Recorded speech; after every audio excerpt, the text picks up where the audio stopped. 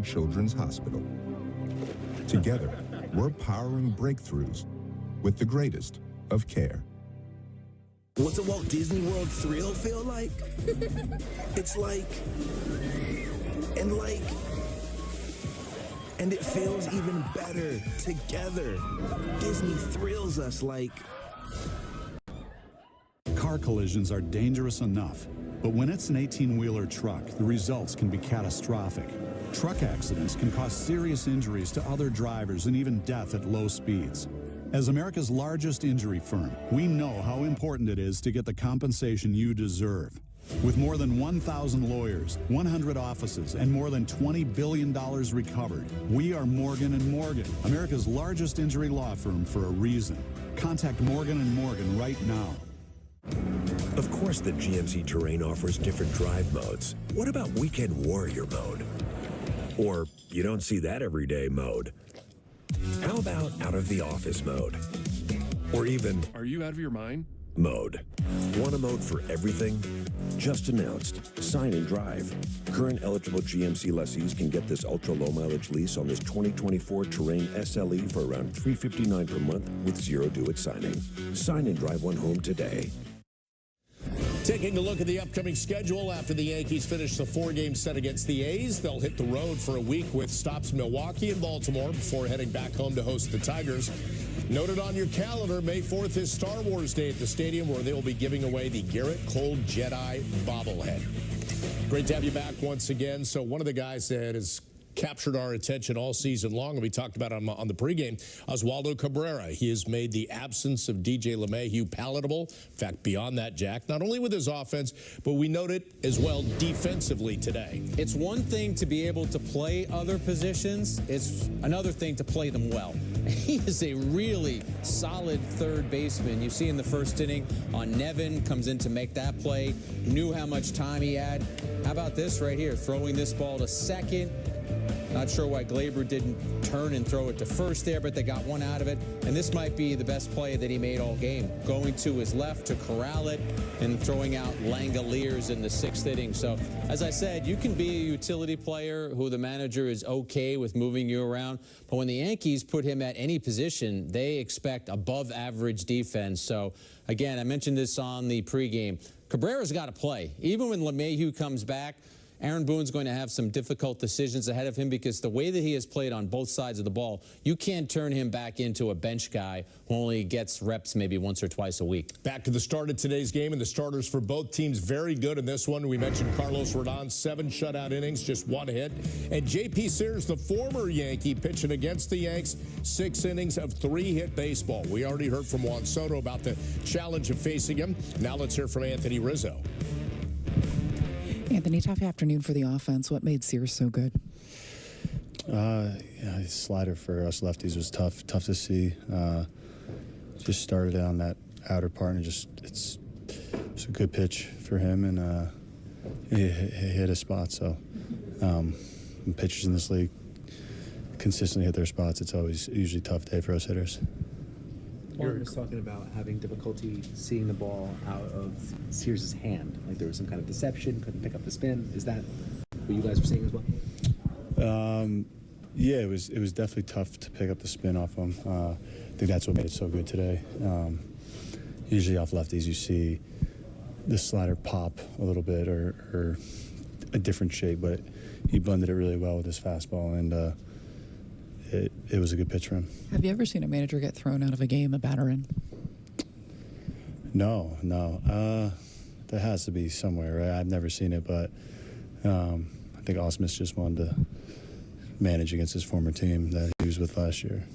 Did you hear what the fan said that set things off? No, I was at first base. I think in that situation, Hunter warned him, and then I feel like his ears are wide open, so anything coming from that direction, you're on a very short fuse. How are you feeling at the plate right now? It's a grind, but try to take it one day at a time. Seeing the ball well, just got to put better swings on the ball. Healthy though, right? Yeah. We're going to take another break. When we come back, it is the Stroh Show on Tuesday night. Marcus Stroman taking them out in Game 2 against the A's. And Jack and I will talk about that coming up next.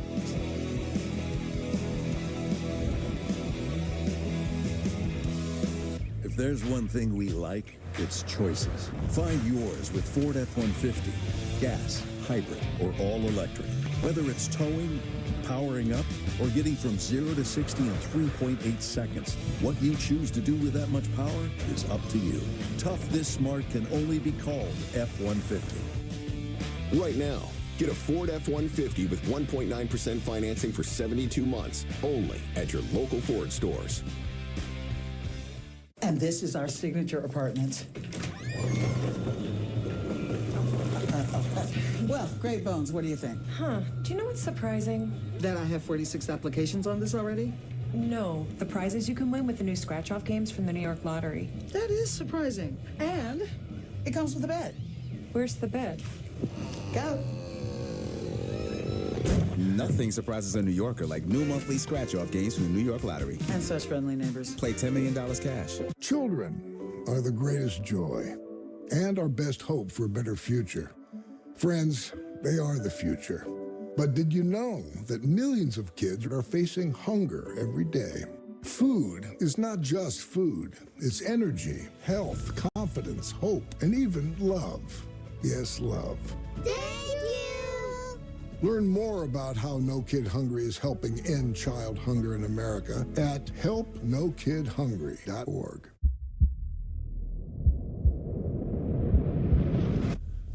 Horrible migraines, body chills, debilitating pain, dangerously high fever and fatigue that leaves you bedridden. Sound like a bad day? Well, what if it was your whole year, decade, your entire life? For those suffering from chronic Lyme disease, it is. Yeah, Lyme disease. Trust me, you don't know the full story. We are Global Lyme Alliance. We have answers, we have hope, we have help. Of course it stops loading at the best part. I wasn't eavesdropping. Yes, I was. You need Verizon. Get their crazy powerful network out here and get 6 months of Disney Bundle on them. And it is all good. That's right. Stream on the go with 6 months of Disney Bundle on us. All your favorite content from Hulu, Disney Plus, and ESPN Plus is all yours. And watch it all on the new Galaxy S20. The Yankees and A's playing under the lights Tuesday night in the Bronx. Your Tuesday probables courtesy of Nissan. Paul Blackburn going for the A's. He's allowed just 3 runs in 4 starts so far this season. Meantime, Marcus Stroman coming off an outing against Toronto, Jack, in which he pitched very well. 2 runs allowed as he pitched into the 7th inning. So Stroman has been one of their most consistent forces, taking him deeper into games. He'll try and do it again tomorrow night. The scouting report on Stroman that the Yankees talked about when they signed him is exactly who he has been so far. He's going to get a lot of ground balls. He's not going to give up a lot of home runs, although he did give up a 2-run homer to Varsho in his last start against the Jays. That happened early, and as you said, he pitched deeper into that game. He competes. He goes out there with a plan. He's got about a half dozen pitches. He's very animated. He's very confident. He loves being a Yankee. He needs help. The Yankee offense needs to make sure that it shows up tomorrow against Blackburn because, as you said, he's put out some really glossy numbers for the A's, and you do not want to be behind the A's late in a game. The Yankees saw what happened today when that happened. So their offense, whether it's Judge, Torres, Rizzo, all of those players who haven't played to their potential yet, the Yankees need to see that beginning tomorrow. We will see if they can turn the page. Our coverage on Yes begins with a batting practice takeover with Meredith Marakovits at the stadium. Jack Meredith and I will have the pregame at 6:30. First pitch a little after 7 o'clock. Thanks for joining us. Have a great afternoon, and we'll see you again Tuesday night starting at 6. Take care.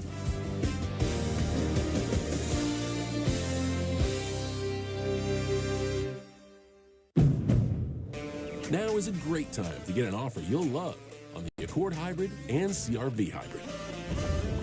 Inventory is here, so bring on the fun. Bring on the weekend getaways. Bring on the memories.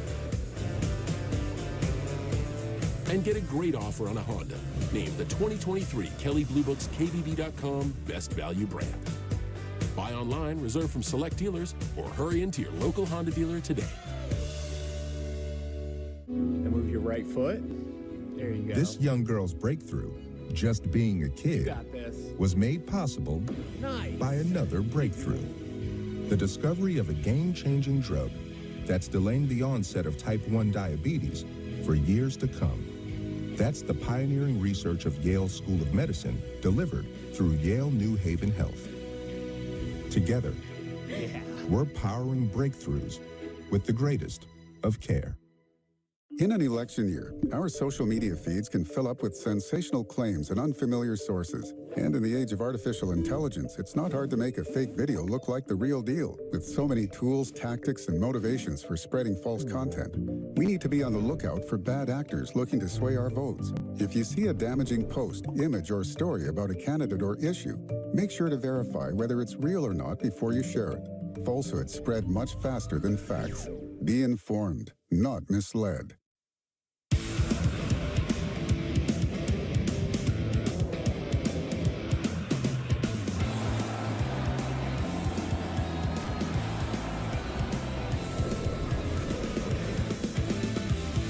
The Michael K. Show on Yes is brought to you by Untuck It. Shirts designed to be worn untucked. Shop now at untuckit.com.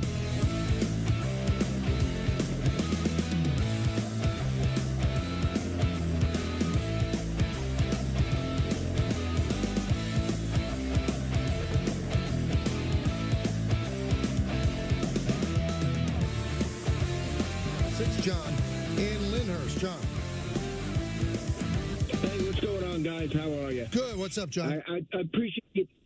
I appreciate you taking the call. I want to call about the New York Rangers. First off, before I get into the game, listen, it was a case for us Ranger fans where Sam Rosen isn't around. He's not doing the game. It was Kenny Albert. Kenny Albert is a gem. But I think I speak for a lot of Ranger fans where we want Don LaGreca to take that spot when eventually Sam hangs it up. Don, you're a legend. You're the best.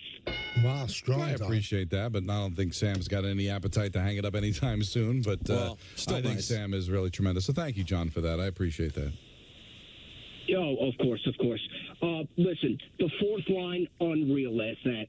Love Matt Rempe, legend. Love what Veazey did.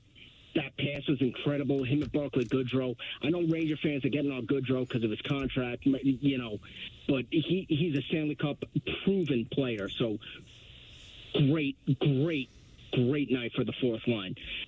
I want to say that also. Don't get caught up in this Tom Wilson goonery, because I feel like that. What Tom Wilson was doing last night, and also Dylan McElrath, like a guy, you know, life came at me fast last night because I had a Dylan McElrath T-shirt that said Dylan McElrath Fight Club, and then I got the new one that says Matt Rempe Fight Club. I'm like, oh my God. Hopefully it goes a lot better for Rempe than it did for McElrath. Exactly. But I love the way they played last night. Just keep it going. And, you know, you guys were talking about the Yankees and the ump today. Kelly Sutherland and his crew, they might be the same thing, because they went from calling every ticky-tack just a stick on the glove, a little hook here and there, calling that, and in the third period they just swallowed the whistles, where Tom Wilson looked like he was going to try and kill Mika Zibanejad, even if he didn't even. Well, that's what I told you at the beginning of the series, John. I said they can't get into all of Wilson's histrionics. The Washington Capitals are the underdog. They're going to try to draw penalties. They're going to try to get in your head. You saw it at the end of the game when it was already over, whether it was Van Riemsdyk getting into it, Wilson getting into it. Don't buy into it. You're the better team. Ignore them. And besides, and if you do get into any penalty trouble, you're 13 for 13 counting the regular season against them. So, but still, Michael, and early in the game, you don't want to commit a penalty, something stupid, and give up a power play goal, and it affect you. So let the team that's got nothing to lose get themselves in trouble. Don't buy into that. Let's go to Lonnie in Long Island. Lonnie. Yes, how's it going, gentlemen? Good. How are you, Lonnie? Well, I'm doing all right. The Knicks look like they're going to be all right, but the Yankees, I'm worried about. You know, the Yankees last year, they had a problem hitting, and, you know, it seemed like they got worse this year. For some reason, I mean, we need 3 Sotos to make that team better. I don't know what happened. Judge, I don't know what's going on with him. Rizzo, I don't know. Stanton did better than he usually do, and I just don't get it. What's going on with their hitting? Well, I mean, the one thing you've got to consider. I mean, we're 22 games in, so I mean, just pump the brakes. And they're still in first. You know, coming into today, they were in first place. They're not hitting, but and you're allowed to be upset about it. But to hit on Twitter yesterday, there was a guy. I don't answer back anymore, and it's made me a better person. I'm proud of you, Michael. Guy goes, the Judge can't hit. You have to bench him. Really? You're going to bench Judge? Well, who are you putting in? Well, it just shows you how reactionary they are. Trent Grisham? You know, same fan base that wanted Soto in the Hall of Fame off of his start. Like, so they're at least living in the now, but you're not benching Aaron Judge. He didn't forget how to hit. This is baseball. This happens. Guys have slumps. And here's the good news. Other than today, they're finding ways to win series even though they're not hitting. They still took 2 out of 3 from Tampa. I still think they're going to be okay the rest of this series. They're still in first place. They still have one of the best records in baseball. So imagine what this team's going to do when they start to hit. How about this for an Iron Man move? You ready? Mm-hmm. So Ryan Ruocco did the Clippers game yesterday in L.A. Got on a red eye. Oh, wow. Landed right to Yankee Stadium and called the game. That's what you do. You're professional. Well, that's what play-by-play people do. It is pretty normal. I'm not going to. No, it's not normal. Have no sleep. Go home and do a game. I mean, he didn't get up and deliver bread this morning, Michael. He put on a nice suit and he went and called the New York Yankees. He probably got some sleep on the plane. Well, I don't know if he's a plane sleeper. I'm not. I'm not either, but I'm one of the great plane sleepers. You are a good plane sleeper. Yeah. Interesting. Yeah. Frank in New Jersey. Frank. Good afternoon, fellas. How you doing today? Michael, there he is. I had a question for you and a question for Michael. Under what consideration, and you do have a great radio voice, would you consider, if offered, going into the radio booth? And then a question for Peter. Okay. Well, I mean, I love the job on TV, and, you know, to be honest with you, it would be, you know, it's a drop in pay, so I wouldn't consider it. I mean, if they said, okay, we want you to do the radio, and you're going to work under the contract you're working on, yes, I guess I'd have to do it, but no, I'd rather stay on TV. Okay, great. And Peter, for you, with all the great wrestling and everything else, we understand there is a storyline, especially before how much in advance do the wrestlers get the storyline intended for that evening, and how much preparation do the wrestlers do prior to the match? If you could answer that. And also, when is the YouTube special coming out on WrestleMania? Those are all very, very good questions. I thought the YouTube WrestleMania special was coming out a few days after WrestleMania. I thought it was already out, but maybe I'm mistaken and they pushed it back. Every single wrestler situation is different. So sometimes they know something weeks in advance, sometimes months in advance, sometimes it changes 15 minutes before they go out there. So that is very much depends on who you are. I mean, a huge top of the card storyline is much more known than something that's lower on the card and sort of changing week to week. And depending on the wrestlers, some people work out a lot of their match, and some people basically say, hey, let's do this, this, and this. Sounds great. See you out there. It just depends.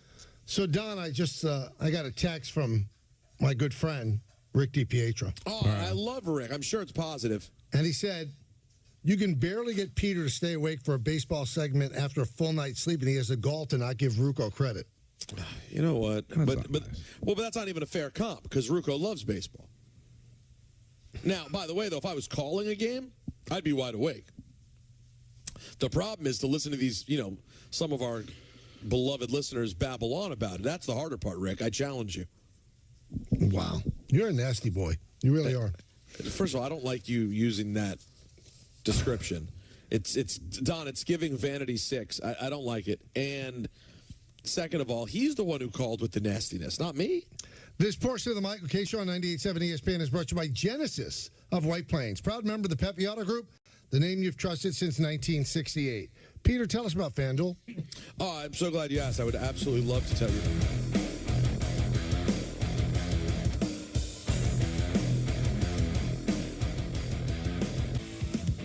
The Michael K. Show on Yes is brought to you by FanDuel. Make every moment more. Hey, so I found a betting system that's really working great for me. So did I. What's yours? I set up an hour-a-week time limit on FanDuel. I can also set up wager limits, so I only bet what I can afford, and betting stays fun. Right. So what's your system? What's that? Your system. What's your system?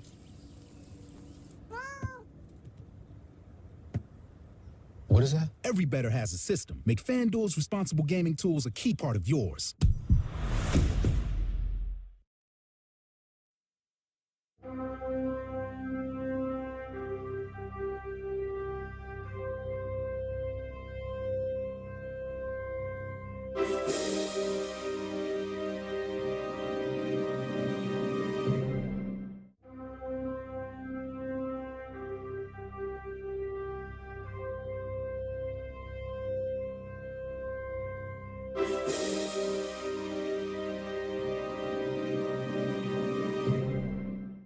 For years, one company has battled to deliver business products the next day with no freight charges. Now, WB Mason, with their famous fleet of trucks and drivers, faces their biggest challenge, rescuing shipping and packaging buyers from expensive freight charges. That's right. Now, boxes, stretch film, and packaging tape are delivered the very next day at amazingly low prices. So, who do you call for fast delivery and no expensive freight charges? Who but WB Mason? New season, new reasons to say yes.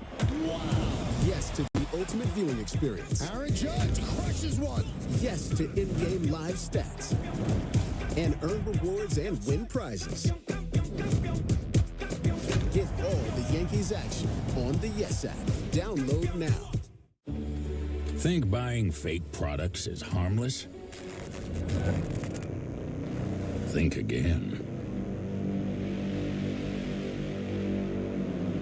Think fake cosmetics are tested and safe? Think again. Think that medicine you can buy off social media is high quality? Think again. Counterfeits are made in unsafe conditions, potentially using hazardous and even lethal ingredients that could harm you and others. Each year, billions of dollars worth of counterfeit products are sold in the U.S. I smell big crime. Think about it. If you don't know where the products came from, how could you know where the money goes? You're smart. Buy smart. Go for real. I'm former Major League pitcher David Wells. Over the years, I've been helping veterans get the medical resources they need and help them overcome their challenges. They've sacrificed so much for our country, and it's our duty to take care of them when they come home. Join us in our mission to end veteran homelessness in America. Please go to T2T.org to donate now. The best ideas come from solving common problems. My problem, like a lot of other men, I couldn't find a shirt that looked good untucked. So this became my passion, to design a shirt that captures the perfect balance between length and fit. Easy to say, not that easy to do. But with some innovative design changes, we did it. Our problem, my solution. Untuckit.com. Is it possible to be more capable and more practical? Be able to perform here and here, make a statement while barely making a sound, and command the road as well as what lies ahead. How we get there matters. Get exceptional offers at your local Audi dealer.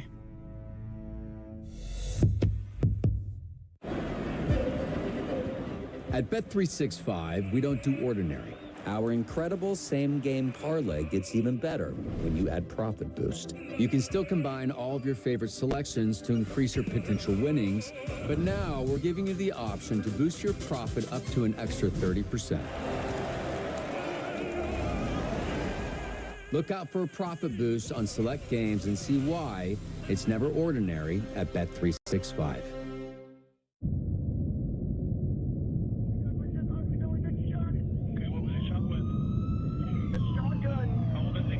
us that his dad kept the gun in his closet.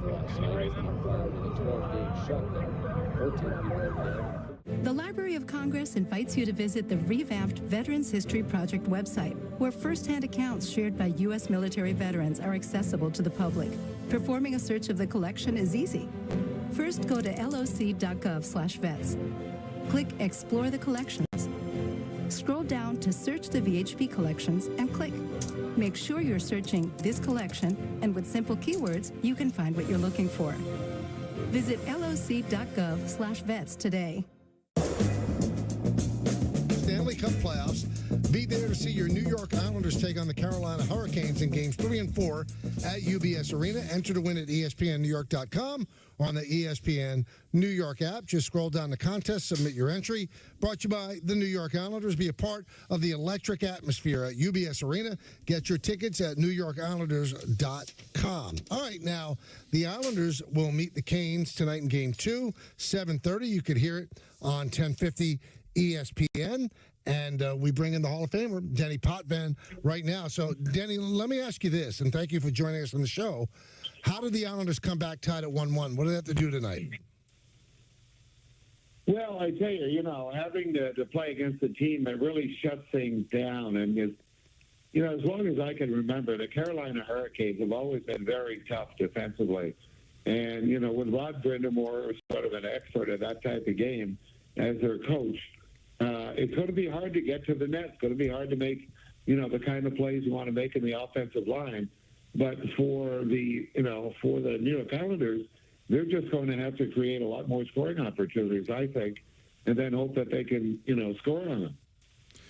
They had 34 shots, Denny. Were you not happy with the quality? Is 34 a number do you think should be enough for them to be able to get some goals past Anderson? I as long as I've been in hockey, I've always thought, rather than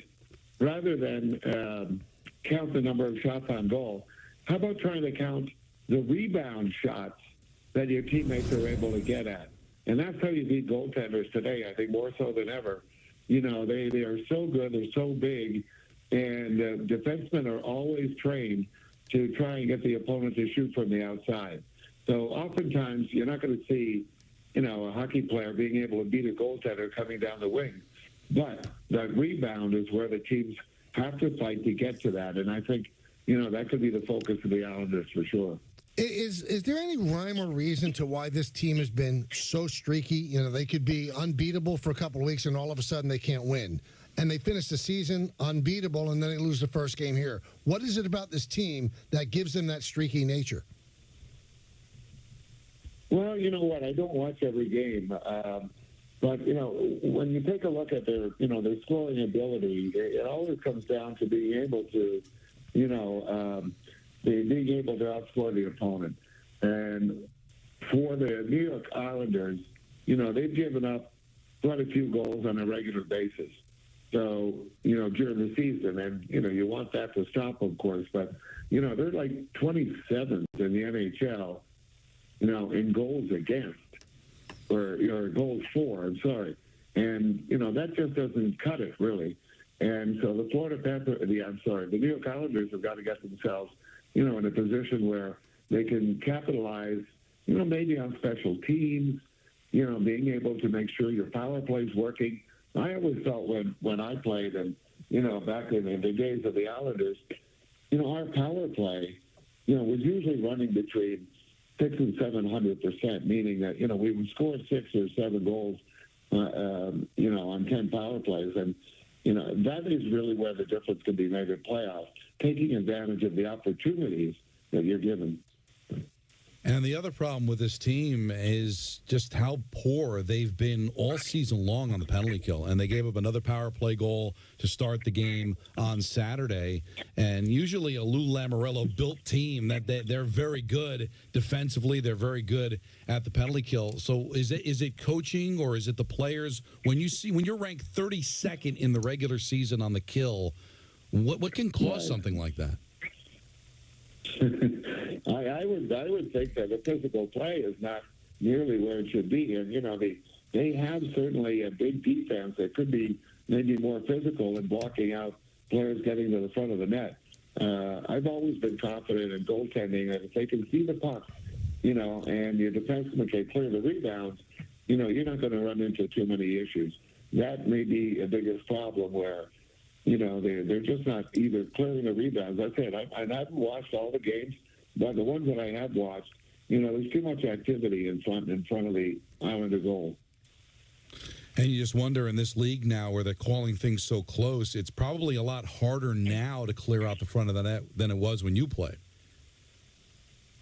Well, players are bigger too, Sure. So, and now you have people in front of the net, your own defenseman trying to block shots, the opposing players trying to deflect. I mean, that didn't really, wasn't really a big part of our game back in the day. But, you had a lot of big guys that, would stand in front of the net. I remember the Flyers, having Paul Holmgren right in front of the net, a big, strong guy that you couldn't move him out. So what do? I mean, basically you try and, get position on him. In most cases, you want to make sure that the puck is always in front of you. And especially when you're, on defense, you want to have that puck ahead of you so you can either, make a play or stop it from getting to the net. A lot of it is basic hockey and not chasing.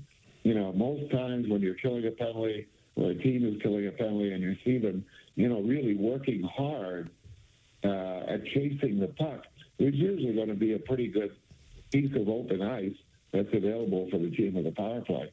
You just can't have that. Now, both the Rangers and the Islanders have a lot of work to do, but the next matchup, if the New York teams win, is Rangers-Islanders in the second round. It's been 30 years since we've seen these two teams play. It's been even longer than that they played deep into the playoffs. Can you just, any remembrances of how those rivalries were and how great it would be for the sport here in New York if these two teams can hook up again in round two?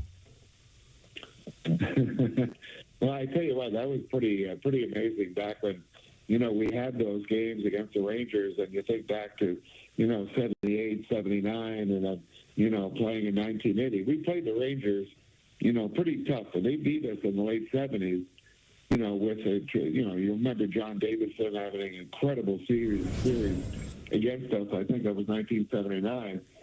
And then, we were able to come back after that and, just be able to, when we played the Rangers, it was really a question of trying to control your emotions because, you certainly the fans were, hyped up. It was a great time. But, I believe, if I'm correct, in the 4 years we won the Cup, we had to play the Rangers, I think, each and every one of those seasons in the playoffs to move on to be able to win the Cup. So, the rivalry was strict, and at times I've said, I think that, the rivalry in the late 70s between the Islanders and Rangers was probably as big, if not bigger, than, the Red Sox and the Yankees. So in any event, it was a great time of hockey. What was it beyond the fans? Did you hate the Rangers when you played them? No, actually, you can't do that. I think that, and I remember reading about, I think it was Muhammad Ali or a boxer going into the ring, and, everybody's asking, do you go in, really angry and mad? And I remember the response, which very much was the way we were prepared by Al Arbor. You got to check your emotions. You want to be able to focus on the game without that anger, having to manage the anger during the game. So I didn't hate the Rangers. Certainly the fans didn't, make it easy. But during that time, because there's the high emotions. But the fact is we had a lot of playoffs against the Rangers, and most of them good. So I can't look back and say I hated that team. I just loved ours. Denny, we thank you for joining us. It should be a good game tonight. We look forward to it. As I am. Looking forward to it as following the playoffs. Love this time of year. Excellent. Thanks for coming on. Thanks a lot, Denny. Good luck. My pleasure, guys. Thank you. Islanders and the Hurricanes tonight. Game 2, 7:30. And it's on 1050. It's on 1050. Chris King does a great job. Pajot expected to be back in the lineup after missing game 1. That's going to certainly help with the punch. They just got to find somebody that can score. I just think the Carolina is just a better offensive team. They both play very structured systems. They both have goaltenders that are playing well. Varlamov, I thought, played very well on Saturday. I just think when the Hurricanes need a goal, they've got a better chance of getting it. And Kuznetsov had the power play goal. He should have won the Conn Smythe when the Capitals won the Cup. I mean, you got Natchez, you got Svechnikov, you got Aho. I mean, there's so many really good players, but you've got Barzal, you've got Lee. I just think the Islanders come up a little short offensively, but it was the worst penalty kill in the league, and you can't not commit penalties. And so, they're going to have to try to stay out of the box and just hope to get a goal. If they play the same way they played Saturday, I think they can win. I mean, they didn't play that poorly. I think that close this series is going to be. And, boy, if they can steal tonight and get home ice, because that building's going to be up for grabs for games 3 and 4, boy, this is a big one tonight for the Isles. I love how much nostalgia there is in the town right now. Did you guys see how many Knicks greats were at the Garden on Saturday, too? Yeah. It's just there's something in the air right now. Yeah, Maloney said that he had done a special event with some former Knicks before the game. So, the Garden, it's got a vibe, Peter. And the people that were at the Garden, I saw Adam Graves. He was there for the Knick game and then the Ranger game. The vibe is there. It's really captivating. Hopefully both teams will make huge runs. All right, visit Mercedes-Benz of White Plains and see why they've received the Best of the Best award for the 3rd straight year. With over 300...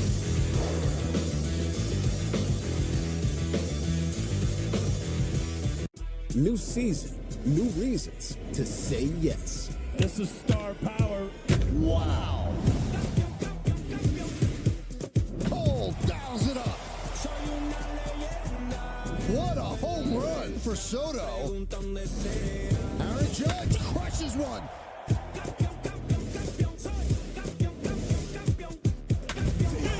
Get all the Yankees action. The Yes app. I'm going to ask you a series of questions about your life, your career, and everything in between that we've uncovered. They're all centered on numbers. Some of the numbers might be familiar to you, but they all add up to tell your story. What do you want fans to think about when they see the number 23? I wanted to be somebody different on the field, to be just known for baseball. The Story of My Number, presented by the New York Lottery. New series premieres May 9th on Yes and the Yes app. Extended family, they give their all every single day. And our community, well, they expect that. I want a cup of Bigelow tea to be a moment just for you. That's what I hope for. So beautiful. Morning, Rob. Looking great. Does that say USAA? Yeah, USAA. Amazing home, auto, and life insurance. Plus banking and credit cards. I'm in because of my dad. You think that'll finally get you in? Probably not. But it looks great. USAA, for the military community and their families. Perfection. Is it possible to be more capable and more practical? Be able to perform here and here. Make a statement while barely making a sound. And command the road, as well as what lies ahead. How we get there matters. Get exceptional offers at your local Audi dealer. Hey, so I found a betting system that's really working great for me. So did I. What's yours? I set up an hour-a-week time limit on FanDuel. I can also set up wager limits, so I only bet what I can afford, and betting stays fun. Right. So what's your system? What's that? Your system. What's your system?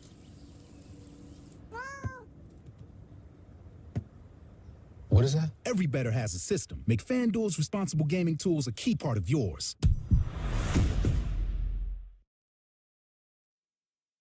When I hit 80, I needed help around the home. A friend of mine told me to call Freedom Care, and they'll pay my granddaughter to take care of me. Funded by Medicaid, Freedom Care allows people to choose who provides their care, and the caregiver gets paid instantly after their shift. Life is sweeter with her around. Nana gave me so much joy as a child. Now it's my turn to return the love.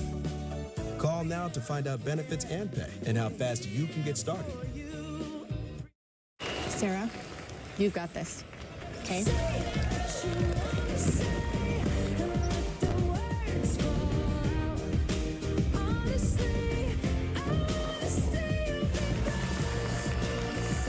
But they lost. Not really. Not where it counts. I was diagnosed at 65. 37. Earlier than most. Every 9 minutes, someone is diagnosed with Parkinson's disease. And every one of them can turn to the American Parkinson Disease Association. Visit apdaparkinson.org to learn more and show your support today.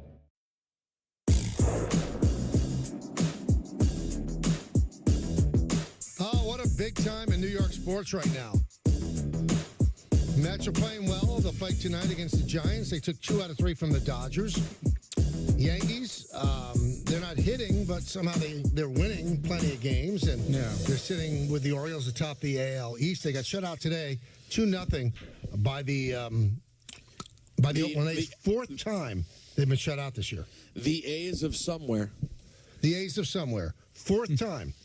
How many last year? I'm not sure, but I know that the most in baseball right now is 7 by the White Sox, who are dreadful, and that's the most of any team since 1901, this few games into the season. So 4 times the Yankees have been shut out, and 2 times they've been shut out 2-0 in the last 3 games, so that's something they have to solve.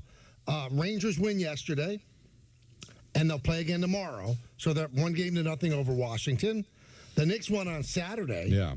And now they play tonight, and they could take a stranglehold on the series. So I do wonder, does Philadelphia think that sitting Embiid today gives him a chance to be close to 100%? They'll take the loss, and then they'll have as close to a fully healthy Embiid for the last 5 games, which they'd have to win 4 of them, and they wouldn't have home court advantage. I think he's going to play, though. Yeah, especially with Game 3 being Thursday. Right. So they've got the extra, the travel's nothing, right? It's just a couple hours down the turnpike. So it's not like there's really any kind of aggressive travel. You're going to get the extra day off anyway. So you got to try to see if you can't find a way to get the split. I understand, and maybe if you're down significantly at some point, you can kind of pull the plug on them and live to fight another day. But I think you want to try to get this game if you can. Now, let me ask you this. If Maxey doesn't play, then I might sit him. Then you might say, well, listen, if we got a compromised Embiid, no Maxey, what are our chances of winning this game? All right, listen, the old Pat Riley, a series doesn't change till a team loses a home game. Let's get everybody rested. Let's go get them Thursday and see if we can't climb back on this series at home. We've got to win a game at the Garden. It doesn't have to be games 1 or 2. It could be game 5. It could be game 7. That might be a thought. But if Maxey goes, I think the Embiid's got to give it a try. And I think Maxey will go. I mean, I don't know how sick he is. It stinks to work when you're sick, let alone, do what he has to do. I'm also going to keep a close eye on how they defend Brunson. And I think that what they did on Saturday was the smart play. Stop Brunson, who's been unstoppable, and then dare the other teams to beat him, or the other guys to beat him. And for a while, it didn't look like they would.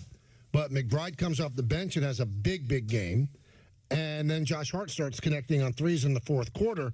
DiVincenzo was absent, didn't really do much. Josh Hart didn't do much in the first half, but then got hot. And Jalen Brunson missed 18 shots. So it's funny. I guess there are 2 prisms in which you could look. If you're the Knicks, you say, well, one of the top 5 players MVP voting in the league had a terrible game and we won. Now, if you're the Sixers, you could go, well, the reigning MVP got hurt, didn't play well in the second half, and we weren't blown out. So I guess you could color it whichever way you want to make yourself feel good, but it's going to be an interesting game tonight, and I think a lot of it rests on Embiid and whether or not he could go close to full strength. Yeah, because that's the difference, right? Is Embiid is what everybody thinks is their best chance to win. So that I don't know how you felt about Game 1. They almost let it slip away. They didn't. Embiid had his moments. But if they, if everything's equal, could that be a game they could lose tonight? Sure. But Embiid to me is the X factor in this one. I'm counting up the Yankees shutouts. 4 this year. Right. Last year they had their 4th time shutout, July 7th. And overall, looks like they got shut out 8. Yeah, so they were shut out quite a bit, 9. Yeah, it happened a bit. Well, remember, though, 10. I mean, you said they didn't get number 4 until July, right? They were great until Judge got hurt.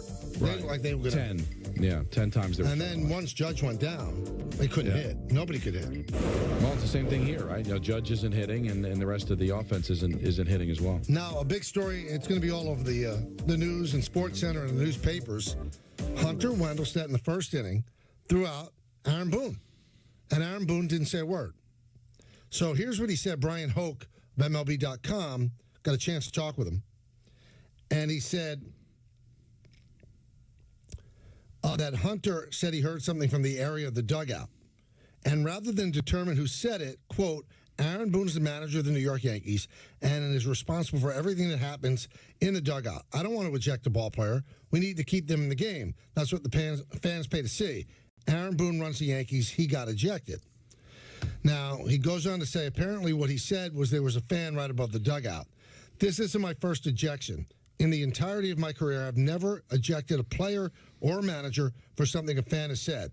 I understand that's going to be part of a story or something like that because that's what Aaron was portraying.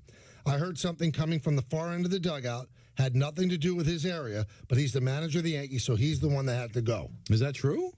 Is that how you understand it? This is Hunter's rule. I've never heard that rule. Oh, so it's just the rule that he abides by. Yeah, I don't want to throw out a player, so I'll just blame it on the manager. Because I've seen bench players and bench coaches be thrown out and not the manager. It's whoever's barking at him gets thrown out. So you're telling me that if anybody in that dugout barks at the umpire has the ability to just throw out the manager? I guess he does, but that doesn't seem right. No, it doesn't seem right at all. And also he's denying that the guy above the dugout said it. But the guy above the dugout clearly said it. Well, he's in trouble because you know what he doesn't know is that there's footage. Yeah. Now, when he sees that footage, is he going to back off? Because he probably figures, the cameras probably didn't pick that up. But when you see Boone saying nothing and you see a fan mouthing the words that you hear, he's going to have to apologize. You know what? It's like it's like Patino a month ago. I just want to wait now. Let's just sit back and wait now, guys, because he has to back off of it. I don't think he will. Well, he has to. I mean, when you see the footage and you just see. But he's going to say, it wasn't the guy above the dugout. I heard something from he's already saying it. He's playing like the hero. People pay to see players. But, you know, Aaron Boone's the manager of those players. You just doesn't throw them out for no reason. And I'm going to tell you another thing, and I've said this over and over again. You reap what you sow.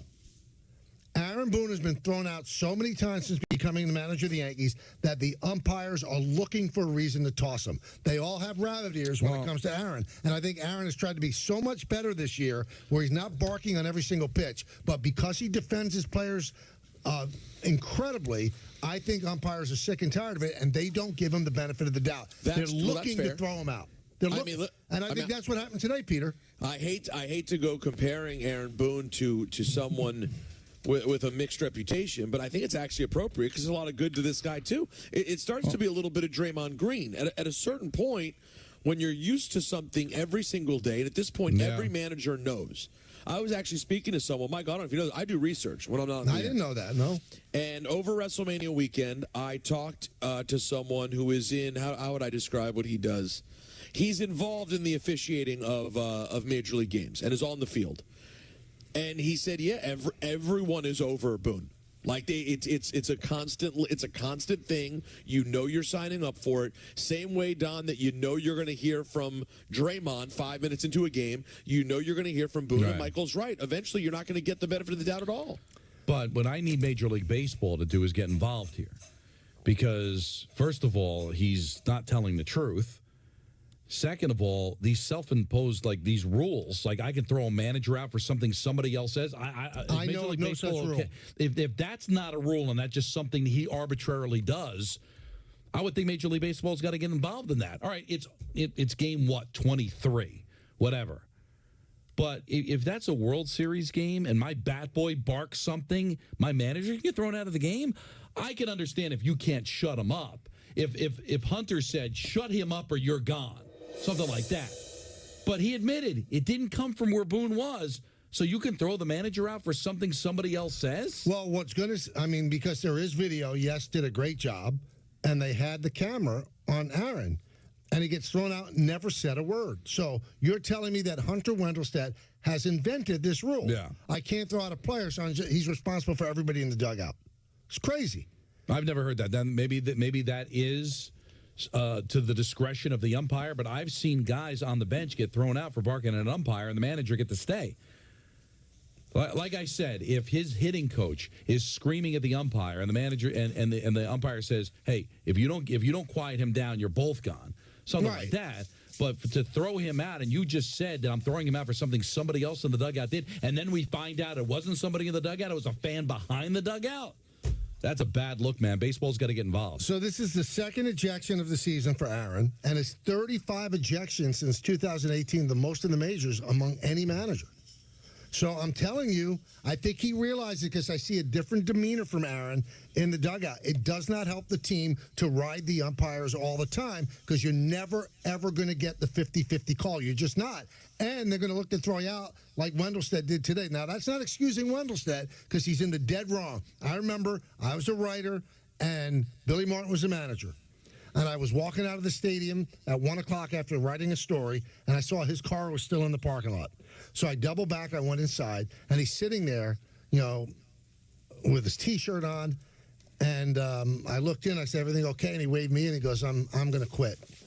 He said, "Because of my reputation, all the calls go against my team. I can't have my team lose because of me. I'm gonna resign." Now, that might have been a couple of drinks in, big front page story at the Post. Right. But that's how he felt. I think umpires are very, very, very thin-skinned. And they think they are judge and jury. And you know what? They are. And they have the power to do this. But I would hope that somebody in Major League Baseball says, "Hunter, you exceeded your authority. That was a bad look what you did." Yeah. He didn't say a word. Yeah, Major League Baseball's got to get involved. And again, I need clarification on this supposed rule. I don't know that. You cover baseball way more than I do. You've never heard of it. But it sounds like he said it was his rule. Yeah, he made it up. He said, "This is my rule." It's the him rules. But that's not the way life works, Peter. There's rules within the game, and you just can't arbitrarily say, "Well, this is how I handle things." So if there's some other umpire, then he wouldn't have been thrown out. But even if that you let slide, okay, your rule betrayed you because it wasn't even anybody in the dugout that said it. Now, at the time that he spoke to the pool reporter, Wendelstedt said that he had not seen a replay. Then he went on to say, "Everything you said is exactly kind of what was communicated on the field." That's what Aaron said. He said that a fan said it. I said, "I don't care who said it. It's foolish to throw out a player if you don't know who did it. The manager's there. Aaron took the hit, and he probably, is not the one who made the comment, but once again, he's the manager of the Yankees. He's responsible for the team." That's not a rule. It's not a rule. It doesn't matter who said it. Of course it matters who says it, especially when it's not even somebody that's on the team. Let's go to the phones. You know what? He got embarrassed that he went over there reacting to something a fan said. And he can't let it go. He can't believe it. You know what I like about Hunter? The Bob the Builder hat that he wears. He's the only umpire that wears it. You know Bob the Builder. Of course. Look at his helmet. He looks like Bob the Builder. I got to take a look at it. I think you'll love it. Let's go to Ron in Rockland. Ron. Hey, how you doing, Michael? What's going on? Not much, man. I heard about Judge being booed. Yep. And I don't know how big of a sample of the crowd it was, but I'm flabbergasted, man. This guy's on the Mount Rushmore of home run hitters, and he conducts himself with a plum, whatever, I blew that word. I just don't get it. How do you do that? Well, Ron, I spoke about this a little earlier, and I said, to what end are you booing this guy? You can be upset. I get it. He's not hitting. But this is Aaron Judge. He's never embarrassed the organization. He's never embarrassed the Yankee logo. He's never embarrassed himself or his family. He plays the game hard. He plays it the right way. I've always been of the belief, somebody doesn't hustle or embarrasses the uniform, boo him. And I'm saying you don't have the right to boo. Please don't get into that argument. You have the right to boo. You pay for your ticket, you could boo. But as I said earlier, what are you trying to accomplish? You think you're going to make him hit because you're booing? You don't think he's trying? And all the while, This is a New York fan base, Yankee fan base, that is trying to seduce Juan Soto. You don't think Juan Soto sees you booing Aaron Judge, the captain of the team? You don't think he sees that? So if it's close in the money that's being offered here or there, you don't think that's going to? What are you people doing? I'm not deriding you for doing it, and I'm not saying you can't do it. What are you doing though? For what reason? Do you think that it's cool? New York is just like every other city. We used to be so sophisticated. Now we have fans coming outside Madison Square Garden going, "We want Boston," and we have fans booing Aaron Judge. Now I remember Derek Jeter got booed in 2004. He was 0 for 32. Mariano got booed because he blew 2 saves to the Red Sox. Also, incomprehensible. I don't ever remember Mattingly get booed. He told me he was. I never remember Mattingly getting booed. But back then, the crowds weren't that big anyway. Right. I'm sure there might have been a time he was booed, but not enough for anybody to notice. So, I don't know how big the crowd was today, but it was a sellout on Saturday. It was Aaron Judge bobblehead day. Yeah. They booed him loudly at the end. They booed him today as well. For what?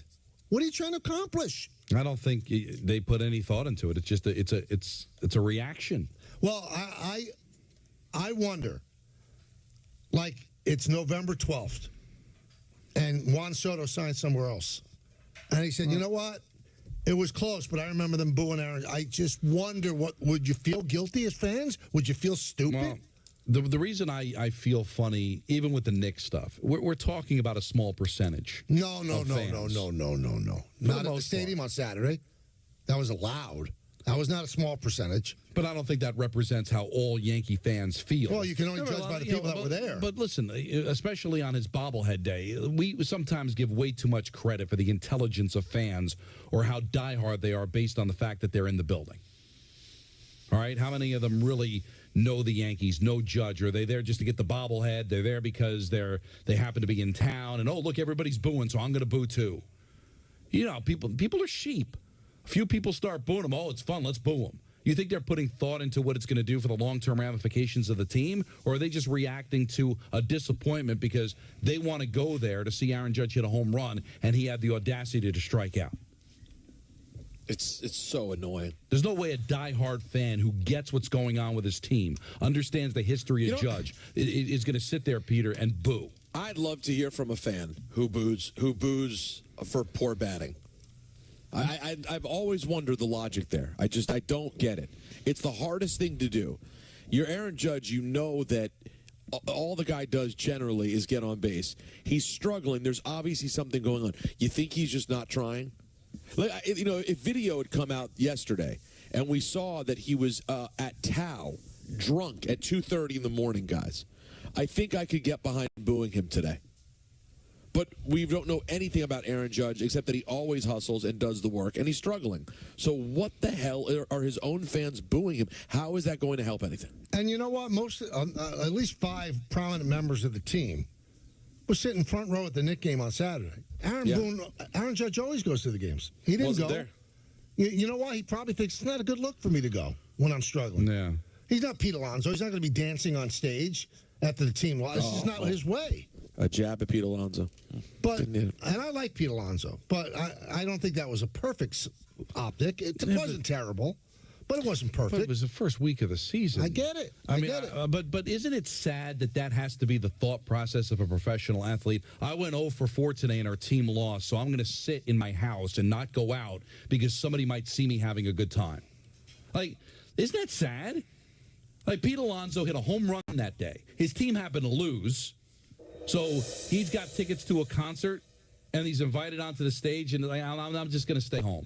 I get both sides of the argument, but what if this ends up being a 100-loss season for the Mets, or he has a struggle, so he's got to sit in his house and cry, can't leave the house? Like, isn't that I think that's sad. I'm not ripping him. I'm just saying that optically, sometimes people look. It is sad. Society has changed, Don. But to the caller earlier, when we were arguing about I want Boston, sometimes you just have to say, I don't care what you think. I'm a human being. I've got tickets to a concert. I want to go to a Knicks game. I want to go to a Ranger game. I'm not going to dictate what I'm going to do that night based on how we played the day before or earlier that day or overall this season. I mean, listen, nobody's going to feel sorry for a professional athlete that makes millions of dollars and get to do what he does for a living that he loves doing. But wouldn't that be a sad existence if you literally couldn't leave your house because you went 0 for 4 that day? Because it would look bad if you went and stopped for Chinese food or went and go see a movie? Believe me, these athletes get over it. Way more than fans do. They got a life to live. But I wonder if fans connect the two things. So Aaron Judge is always great with fans, especially kids. So if he's walking out of a ballpark on the road or something, people ask him and he just blows by him, you don't think he remembers what happened?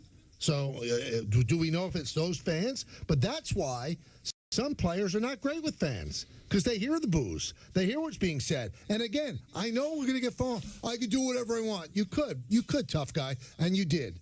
And all I'm asking you, what are you trying to accomplish? You trying to boo him into hitting 400? Because that's going to be his motivation? You don't think he's motivated enough? You don't think it's keeping him up at night that he hasn't hit and that he's been so bad? But your booing's going to make it better? But as Don always says, and this is what I should really learn to adapt, they're not thinking that far ahead. No, and I get it as a fan, Peter. You're a fan too. That sometimes you react in the now and then look back and go, "That was silly to do." They pay a lot of money for their tickets and they're upset about the way the team is playing.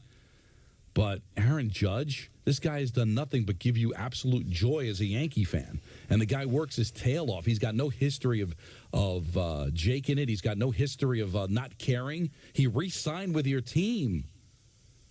I would think if there's anybody that would catch a break, it would be him.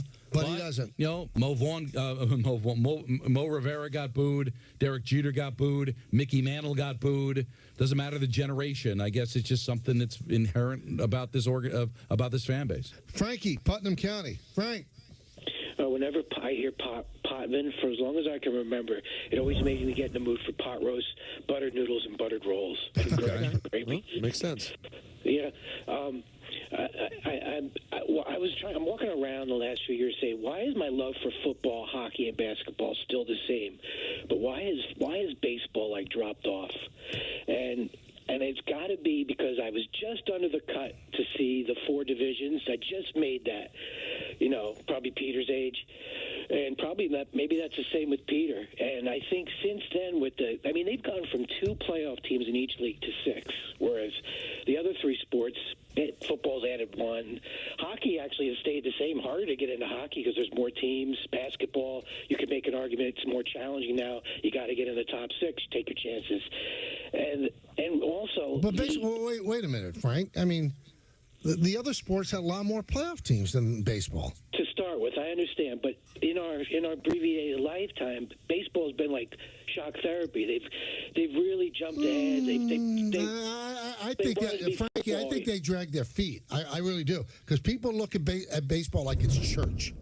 Like it can't be touched. It's like it's tablet handed down by God. That's why they don't change anything. They put a pitch clock on. People's heads exploded. They put advertising patches to make more money on sleeves. People's heads exploded. I'm sorry. Having one team make it out of each league is not good for television. It's not good for money. You got to understand it's a business. They have not done anything to shock the world. I don't agree with his reasoning. But as a fan of all the sports, I do feel as I've gotten older, baseball has kind of fallen off for me. Yeah, but it doesn't seem to be as exciting. I think the other sports have become more exciting. We may not like it with the three-point play, but there's a younger generation that loves the threes in the NBA. Hockey's way more exciting than it was 20, 30 years ago. Football, Michael, it's ridiculous, football. I mean, the draft is going to crush any of the playoff games that are going to be played this week. Pulverize it. You mean the NFL draft this week? Oh, Thursday, yeah. I didn't know. I did not know that. But baseball, just for me, I'm just speaking for me, it does feel like it's not caught up as much. And I think the analytics for me is the major reason, not the number of playoff teams and all that. Just the game has just kind of gotten a little bit one or two dimensional. Walk, strikeout, home run. Pitchers not going deep into games. It's not the game that I fell in love with. Peter, I know you've fallen in love with Pepe Motors, though. How did you know that? I know.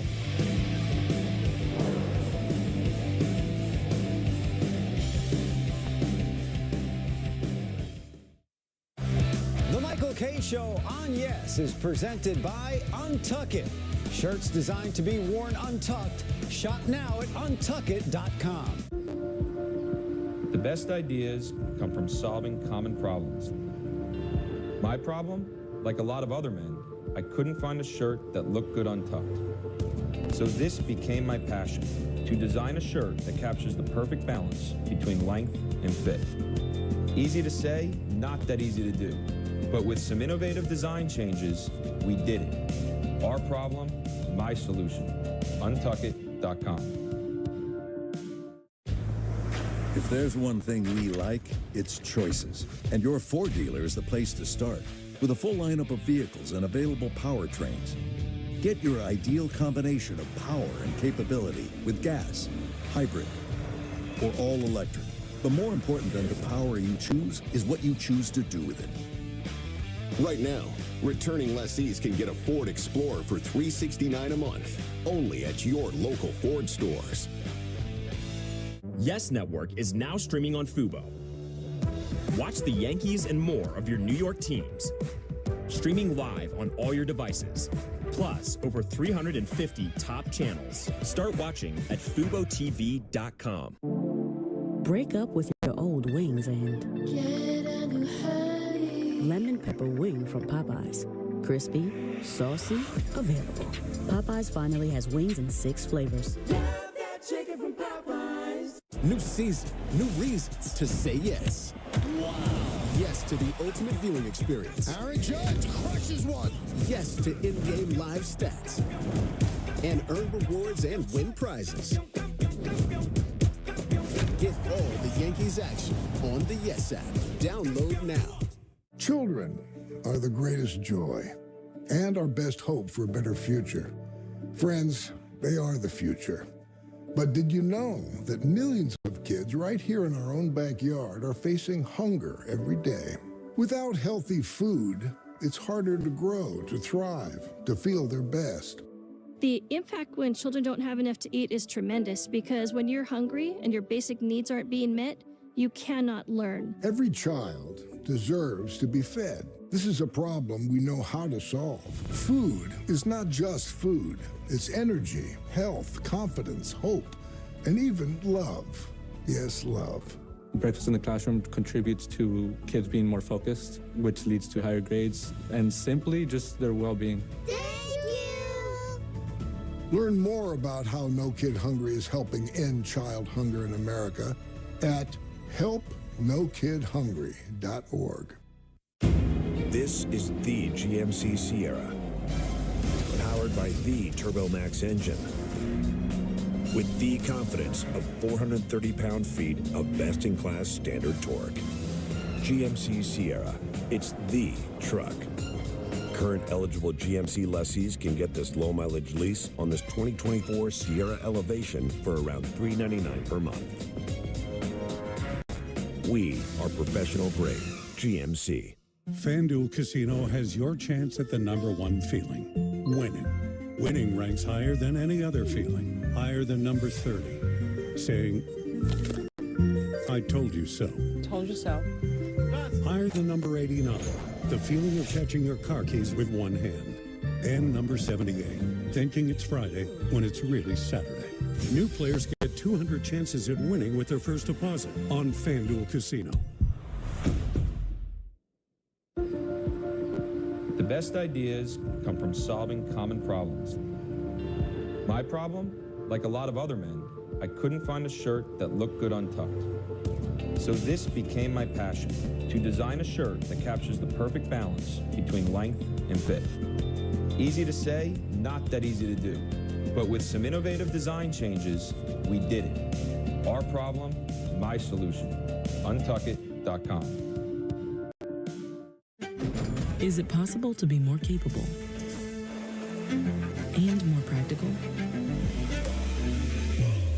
Be able to perform here and here. Make a statement while barely making a sound.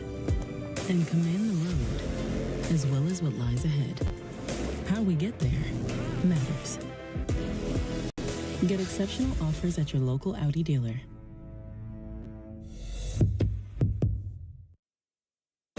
Chris Sheeran back here for the Michael K. Show. These highlights of the Yankees and A's from this afternoon are brought to you by Montefiore Einstein, the official hospital of the New York Yankees. One out. Here's the 1-2. Got him. You're dealing with big league big-time analysts, and then you got a fastball, cutter, and slider. That ball is ripped to left field, and that is the first hit allowed by Carlos Rodon. Gets things to do that. And if it gets ball both ways, usually the 1-2. Dribbled weakly, Rodon gloves, tosses, end of inning 7. Shutout frame from Carlos Rodon.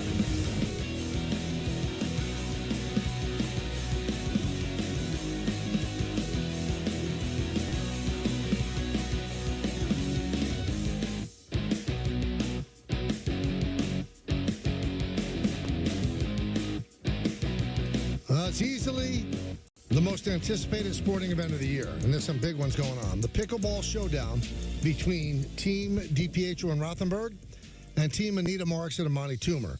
Sunday, May 5th at Pickleball America in Stamford, Connecticut. Pre-game coverage kicks off on ESPN New York at 9 a.m. with a live broadcast hosted by Anita Marks as she sets the stage. Then shortly after the show, the paddles come out for the pickleball showdown for the ages. Be there on May 5th. To witness a showcase event at Pickleball America in Stamford, Connecticut. Now, this was tweeted out by Barstool. Okay. And I'm looking to see, am I being pickled or whatever the case may be, but it looks like Barstool is reporting this, and it's amazing to me. Mm-hmm. Caitlin Clark's jersey has sold more than the entire Dallas Cowboys sold all last year. Their team. Well, it kind of makes sense. But Dallas has two of the top 5 players, like Dak Prescott's jersey. No, but you buy a jersey, you buy a jersey, Michael. You're not buying jerseys every day. It's not like milk or bread. So here is somebody that a year ago was not on really that many people's radar, except if you were a diehard women's college basketball fan. And now you literally had 12 million people watch her games, and in some cases even more than that now have been exposed to her, love her, and they're all going out and buying her jersey. Like, so what other athlete can make that kind of a jump? Like, NFL players are going to college players are going to be drafted into the NFL on Thursday, and maybe people will go buy their jerseys, maybe they won't. But we're talking about somebody that wasn't really on anybody's radar, now is one of the best to do it at her level. And now people want to go out and get her jersey. Well, and there are people supporting her who aren't even basketball fans. It's like it's the principle. You know, she's more than this. Now goes beyond just what she does on the court. It's kind of what she represents. I always found it interesting when they talk about, well, this jersey sold the most. Well, I mean, how many jerseys are you going to buy? I mean, if you're a Cowboy fan, you probably have a Dak Prescott jersey. You're not buying one every year. But if Dak Prescott were to go sign with the Broncos, then I guess he would elevate because now all the Bronco fans would get the new jersey. It is a person that has become so hot, and no one had her jersey before. So, yeah, all those people went out and got it. So if you think about it, it kind of makes sense. But it is just I don't remember since Linsanity somebody captivated the imagination of a nation so quickly. Yeah, it's amazing. Absolutely amazing. 1-800-919-3776. Mark in the car. Mark. Good morning. Good afternoon, gentlemen. How are you? Great, Mark. What's up, man? I just want to make 2 quick points on the judge booing thing, which I'm absolutely, totally against. I think Don hit the nail on the head. A lot of those people that are doing this, they are not regulars. They go 1 game, 2 games a year. They want to see Judge go 4 for 4, 4 home runs. But the second point is, I think that the fans are starting to mirror the old feeling we had about the media, that players don't want to come to New York because of how hard the media is on them. We always used to say, this guy can't handle New York, this guy can't handle New York. And now I feel like that's come on more from the fans. And to your point saying about Juan Soto, he's going to remember that. And if we start booing him, he's going to run right out of town. I'll hang up and listen to you guys. I love you. Talk to you soon. Well, here's a little secret, okay? The New York media, the big bad New York media, is benign. You know what drives players nuts? Social media. The average person, what they say, and fans. And just the fans in the stadium. I mean, it wasn't the media that made things so rough for the Mets at the beginning of last season. Was that the beginning of last season or 2 years ago already? No, beginning of last season. Last season. That wasn't the media. No, that was fans in the ballpark. You want a tough media? Go to Boston. New York media is completely the opposite of the perception of New York media. It's easy. But don't you think it's changed to where back in the day, and I think we've argued about this before, that a media member, whether it's a radio talk show host or a columnist or a journalist in the paper, can sway the influence of the fans. I think the fans now are probably more swayed by social media or just their own. Well, I think talk radio sways fans. Yeah, but I also think talk radio is more powerful now than the media. But I also feel like the fans now can get their own opinions because they're part of social media. So they used to have to wait for somebody else to have an opinion, and then they generate the opinion and call in or go to the stadium and boo. But now they watch the game. And Judge goes 0 for 4, then go right to Twitter, and that becomes their newspaper. That becomes their talk show. They can rip Judge. And then, as you said, the players pick up on that. I think a player gets his ruffle his feathers way more looking at social media than I think picking up a newspaper or turning on the radio. Again, they might not like headlines in tabloids, but in terms of the writers, they're very fair. They're very, very, very mellow. They're not like it used to be. But you don't have to twist the player's arm not to listen to sports radio or pick up a newspaper. They don't want to do that anyway. But social media, they want to be on social media. They want to see that, so they can't help but notice it. We could see, I mean, social media, to me, really affected Kevin Durant more than anything. I mean, he was in on everything. Now, I was listening to a show the other day where they said that social media probably drove Kevin Durant out of Golden State. Because, the narrative was, what has he ever done? He just joined a team that won a championship anyway. And he didn't want that. He didn't like that. That was the narrative. So he left. Right. So forget about the media. Social media. That's the thing that does it. Fran in Massapequa. Fran. Hey, Fran. I enjoy being at home. I mean, don't get me wrong. Just because the topics, you know what I mean? I almost forgot what I called about. But, you said the umps are horrible. There's no doubt about that. But before I get to that, Caitlin has done what Taylor Swift has done to the basketball world. All the little girls and all the good people are going out and they're buying a jersey. They love her, just like Taylor Swift. A lot of people say, how does Taylor Swift? How do these people all love her? And the same thing is happening here. When you're marketable, you're marketable. Now, moving on.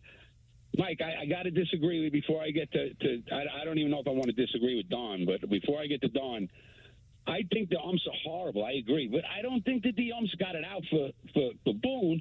They might, a certain ump might say, hey, you know what, I've thrown him out before. Yeah, maybe. I think it's a little strong to say that, all the umps have it out for him. That's all. That's my opinion. I can't speak for every umpire, friend, but I could tell you they're all thin-skinned. I shouldn't say all. Most are thin-skinned. And his past behavior, where he backs up his players, has cost him. And I think that he's gone into the season with a dedicated attempt not to do it that much. So, yeah, I think it's hurt him. I think now they are waiting for him. They do not give him the benefit of the doubt. So the things that made him so beloved, savages in the box. Yeah. Well, all those things that went viral, they're embarrassing to the umpires to get yelled at like that, even if he was right. And I know, Aaron, I think he was trying to cut back this year. Let's go to Rich in Rockville Center. What's up, guys? What's up, Rich? How are you?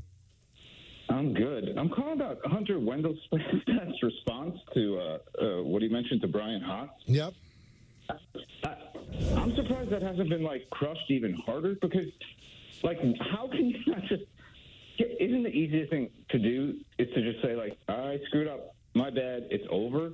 But to, go back and, try to explain how badly you screwed that up? How is that... How is that cool? Why would you not just... Because these guys, totally, you know what, Rich? These guys do not like to admit they're wrong. No. They probably hate replay, which shows when they're wrong. Right. And I think it's easier for him to, talk into a word puzzle and gibberish Rather than to say, you know what, I thought it was him and it was a guy. It's my bad. But he won't do it. I mean, his dad was an ump. He's been an ump for over 35 years. He's not admitting he was wrong. And that's why he came up with the whole thing of his own rules. If he does it under the guise of, well, I have a rule, in his eyes, that makes it look better. Even though to us it sounds absolutely insane. It's one of the only authority figures in the world that people either hate or no one cares about. You've got 50,000 people in a building, and the umpire is useless to most of them. That's got to affect your ego at some point. So sometimes when you got a chance to flex, you flex. Let's go to Arthur in Brooklyn. Arthur? Hello? Hi, Arthur. Hey, Arthur. How are you? I'm great. How you doing? I just wanted to talk about, I know you've been talking about this, but I just wanted to talk about the umpire during the Yankees, the Yankee game today. Yep. I think it was really ridiculous. I mean, how do you screw that up? Well, I think what it is, Arthur, is that they have rabbit ears, and they're always listening. You know, if you just ignored it, now I can see if a player gets in your face and drops F-bombs and says something about your mother or your wife, but you're listening to hear something, to hear it from the dugout. You just are. But what I never understood, you're an umpire. You might as well be God as far as baseball is concerned. You made a call. Now, replay changes that a little bit. But you call strike 3, it can't be changed. That's it. You've been struck out. You're done. So why would you get upset at somebody yelling at you? You can't lose that argument. You're out. I can't go back and change it. Even if I wanted to go back and change it, I can't change it. So why are you getting so upset? Let him have his piece and then go back. If you knew you were going to win every argument, Michael, would you ever raise your voice? They win every argument because it can't be changed unless it's replay. So what are you getting upset for other than letting your ego get in the way? Let's go to Steve in Pearl River.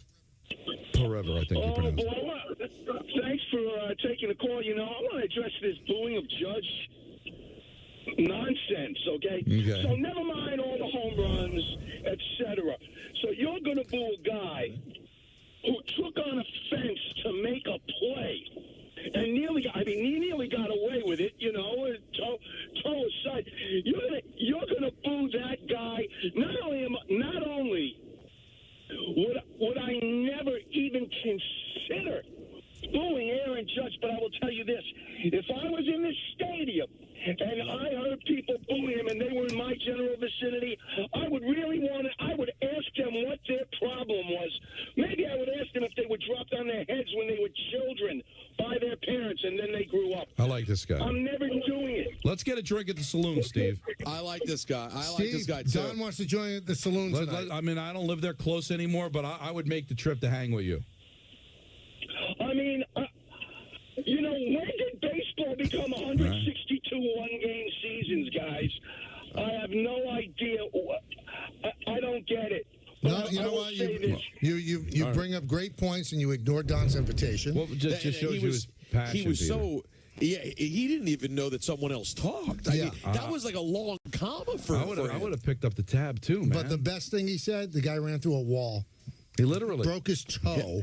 If to a make guy a will play, run through and a wall for that's you. who you're booing, geniuses. That's who you're booing. That's the guy you're booing. Where I want to hear from the gutless puke who booed. Right. Call and tell us now. Explain yourself. Right. Show yourself. Steve, let it all out. You're in the car. Take a couple of deep breaths. Call back. I want to hook up. I want to go to the saloon. We have a special get some guest wings and a beer. After the break, you're going to love our guest. Oh yeah, really? Who's listening? Yeah, you'd say he's one of the greatest of all time. One of the greatest what's of all time. I'm going to leave that open for you to interpret. But at what he does, he's one of the greatest who ever lived. So it could be a director. Yeah. Could be an actor. Could be. He's going to come on. Yeah. But I don't want to lose sight of the fact I want Steve to call back. I want to break bread with this man. I don't think he's of the right mind. Like him, I'm trying to be consistent. That does not sway me. All right. I still want to eat with him. The hardest thing about getting into shape is taking that first step. Isn't it?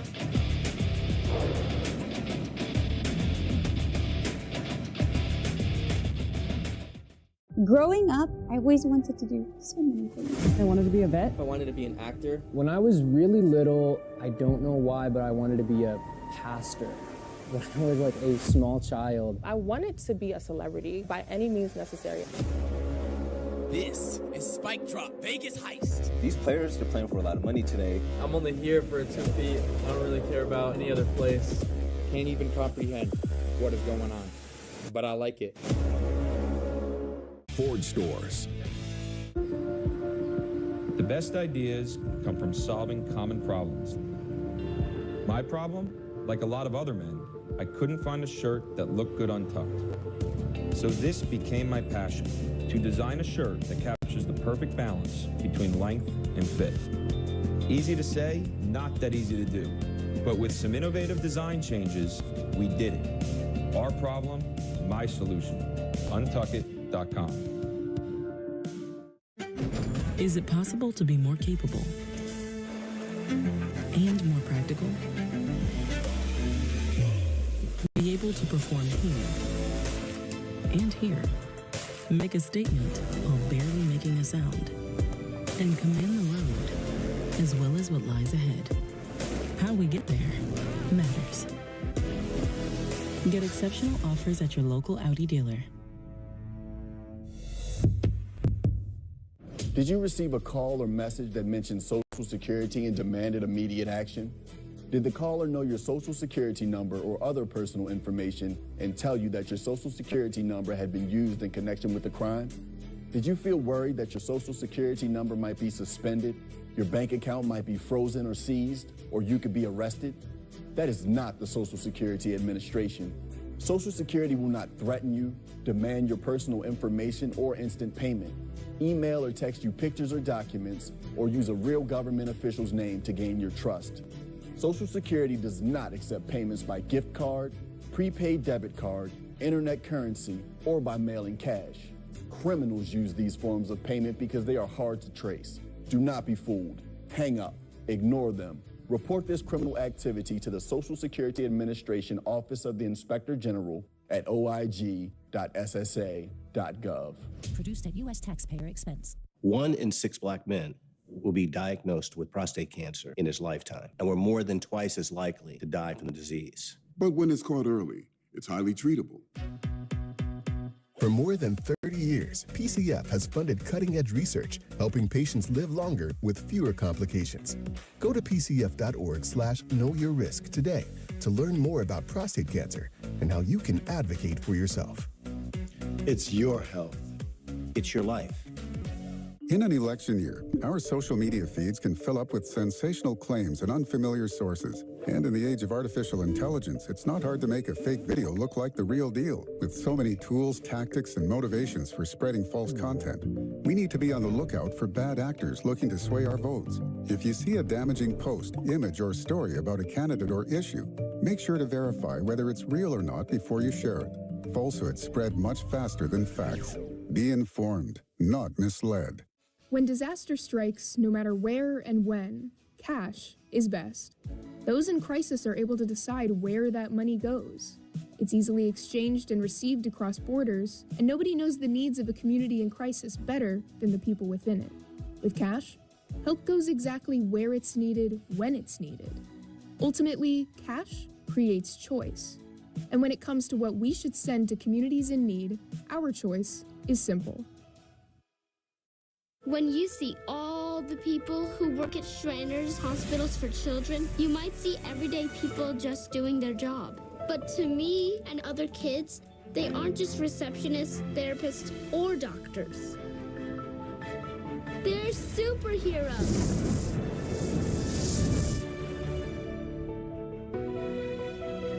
But these superheroes are only able to help all of us kids because of the support of people just like you who empower their abilities so we get the care we need to live our lives like super kids. Because of people like you, I can play the violin. I can play piano. And I can walk. Please go to loveshriners.org right away. Help us be superheroes too. Only 1 in 5 people with disabilities, including those with autism, are employed. despite many having the skill set and desire to work. Why? Outdated stigmas and beliefs. So let us make it easy. This is a job for someone with autism. This is a job for someone with autism. So is this. That job? Also perfect. Businesses value diversity, but sometimes overlook the unique strengths and abilities of the autism community.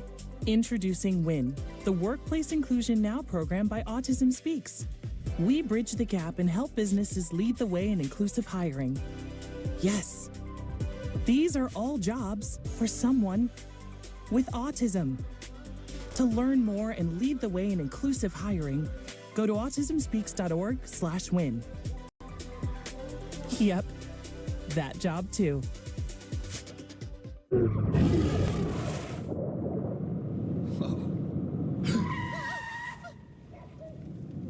Eyes forward. Don't drive distracted.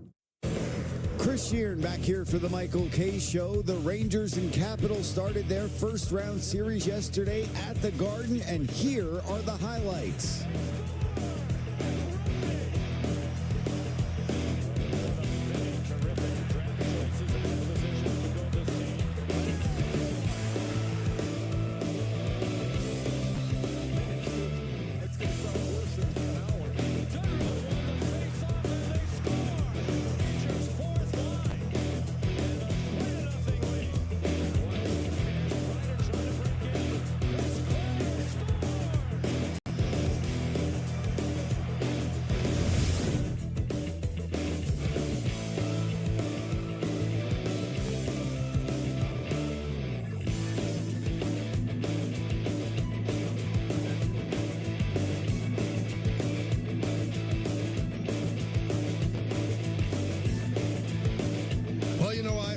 I really did. You know what?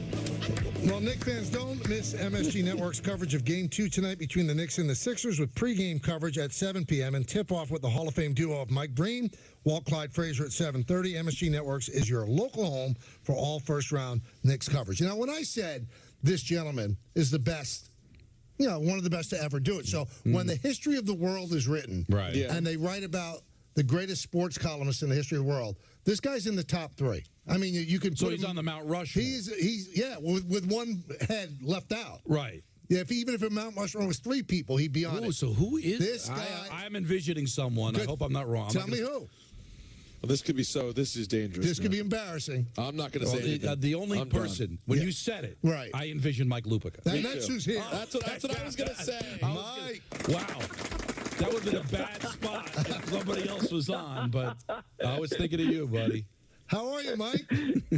Well, hi, guys. Listen, you know, I was just thinking when we were talking about Mount Rushmore, Michael, and I remember in the old days when we used to hear that not only did Clyde have a parking space for his roles, he had a blank space next to it. Yep. So I don't think you need to put another. Just keep the space next to me empty. I love it. I love it. So I know you were listening to the show, or watching the show. I'm not sure how you're consuming it, and something drove you to want to call in. What do we got, Mike? What nerve did we touch? No. When you're talking, because you were talking about how good the Yankees were going a year ago when Judge got hurt, and I thought the other day I was curious because I actually thought they were going better than they were when he got hurt. That they were in third place. They were 2 games behind the Orioles, and Michael, I completely forgot the way the Rays were playing into June and July last year. The Rays were like 41-19 or something, and in first place when Judge got hurt. But no, I really was watching today because I had actually seen what happened with Aaron Boone. Because Zach called me up and he said, "Dad, are you watching?" I said, "Zach, I actually happen to be watching." Michael, that's one of the craziest ejections in the history of baseball. It's funny because Don just pointed out the video to me. Aaron Boone's actually looking at his nails when he gets thrown out. That's the universal sign for I'm ignoring you. He's looking down like, did I need a pedicure or manicure or something? Did I leave the bathroom light on? Yes, no, but I've never seen anything like that happen before. But here's I just texted you as I like to do because I know Don and Peter, you know this. I could text him between C and yeah, and he would respond. I know it's one of his best qualities. I'll say that. No, multitasking doesn't even begin to describe what Michael is like in that Yankee booth. But Michael, you are right about social media versus media. I mean, anybody who thinks, Mike, you remember Don, you remember this too, when Doc Gooden, I was actually talking to Doc about this, stand up and boo after he got out of rehab. Yep. Right. And people, you could do that in those days, okay? I mean, I tell my kids all the time, I said, Daddy used to be on the side of the trucks. Now there aren't even trucks. So the world... But you are so right. It's Instagram, it's Twitter, it's all of that stuff. The athletes aren't reading. They're not looking at the back page anymore. Maybe they will. I mean, if they trip on it on the way to the trainer's room. But social media drives everything these days, and you're 100% right about Kevin Durant. And I'm still stunned at how much time he still spends responding to people on social media. Michael and Peter and Don, it's like swinging at ghosts. What are you doing? I mean, what are you doing? But this idea that, oh my God, people don't want to come to New York because of the New York media, that is an idea out of the past, like 8 tracks.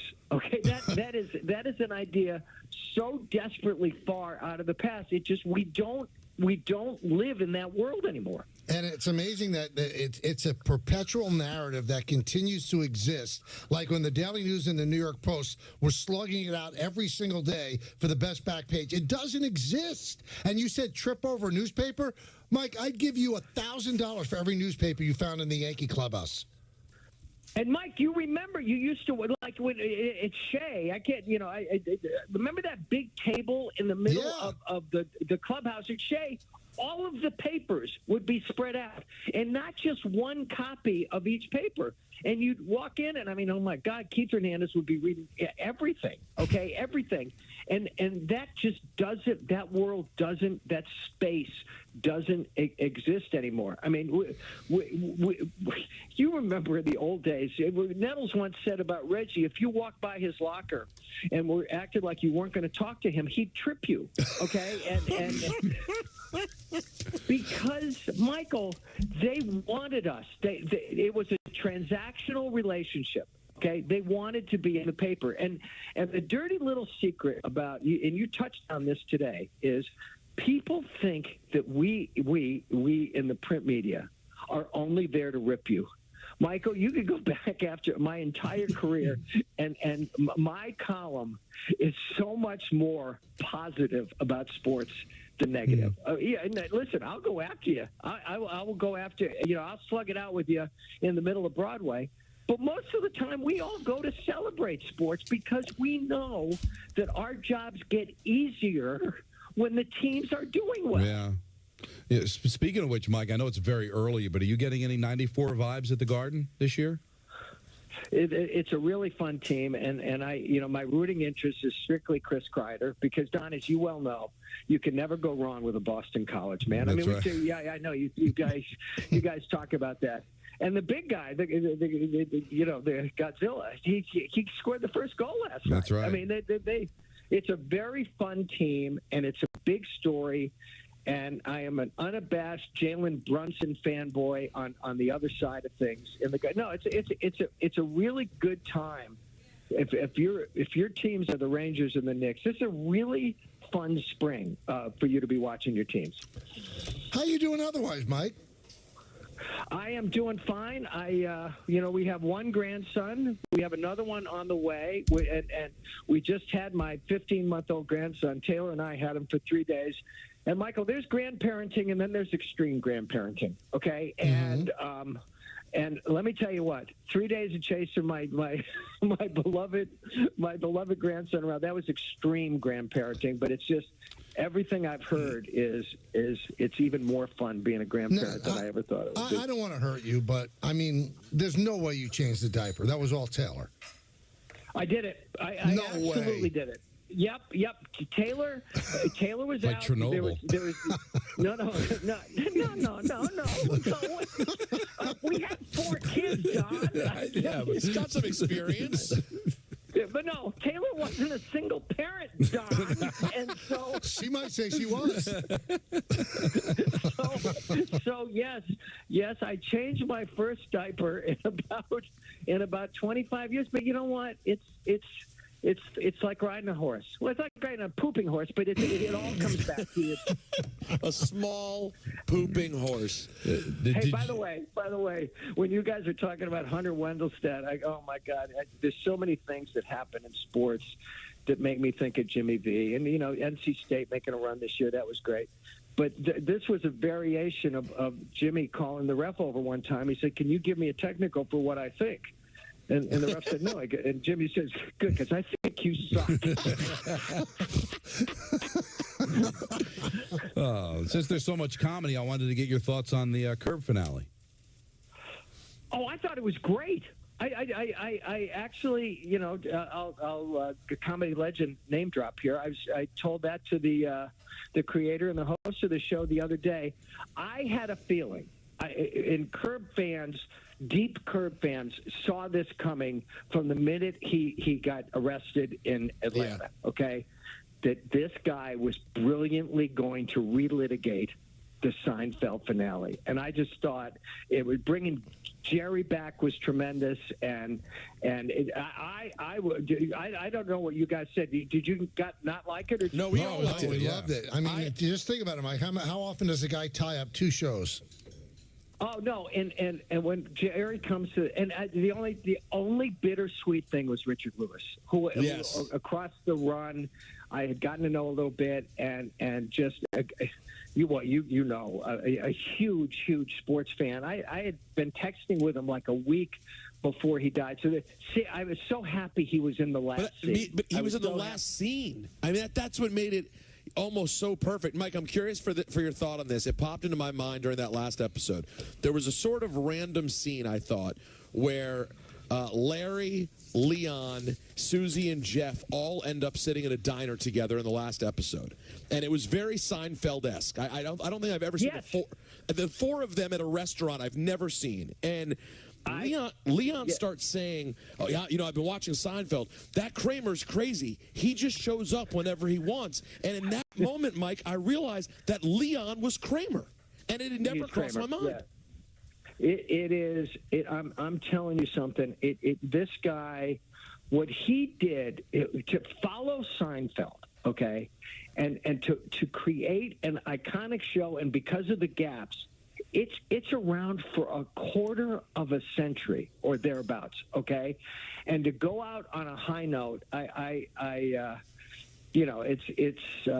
listen, it's unreal. I will always be honored to be Costanza's favorite sports. I've blown through a break. Can I tell you one great story? Yes, please. We don't care about breaks. Yeah, who cares about breaks? Okay. So Taylor and I, my youngest son lives in California. We're flying back, okay?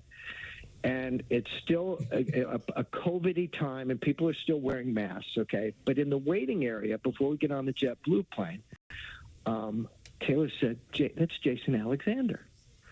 And sure enough, we get on, okay? And only for the purpose of this story, Michael, because I know you fly coach, but I wasn't. And so, okay. So he's right behind us. It's that 2-1-2 thing on JetBlue, okay? And I have this rule about I call it Bill Goldman's rule, never introduce yourself to a famous person because you're only opening yourself up to heartbreak, okay? So I never do it, okay? But Taylor said, but it's Hugh George.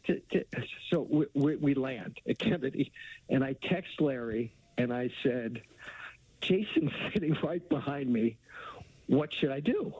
And he said, you have to introduce yourself. You're Costanza's favorite sports writer. So as we're getting our bags from the overhead, I said to him, we share a very unusual bond. And I introduced myself, and he started laughing. He said, how often do people bring it up? And I said, about every 6 months when that episode comes around again. and he couldn't have been nicer. But it was a form of sitcom immortality that I know. And because of that line, that's how my friendship with Larry began. And that's why you belong on, the Mount Rushmore. The Mount Rushmore with an extra spot next to you empty. What do you feel about this? I'm telling you, I'm spinning this ahead, Peter. That extra spot. Yeah. Why even sweat trying to fill it? That's what I mean. You're right.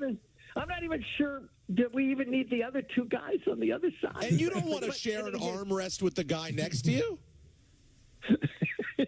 Oh, no, because Larry would call that encroachment. Right, exactly. On an airplane. Mike, great to hear from you as always. Hope you're doing great. I love you guys, and I was not disappointed, especially on the Hunter Wendelstedt stuff when I tuned in today, because I said I gotta get in on this. Good stuff, Mike. Thanks, Mike. Talk to you soon. Be well, guys. Bye-bye. All right. This portion of the Michael K. Show on 98.7 ESPN is brought to you by Mercedes-Benz of White Plains, proud member of the Pepe Auto Group, the name you've trusted since 1968. Peter, what do you have? Oh, so many things. Let me hurry up.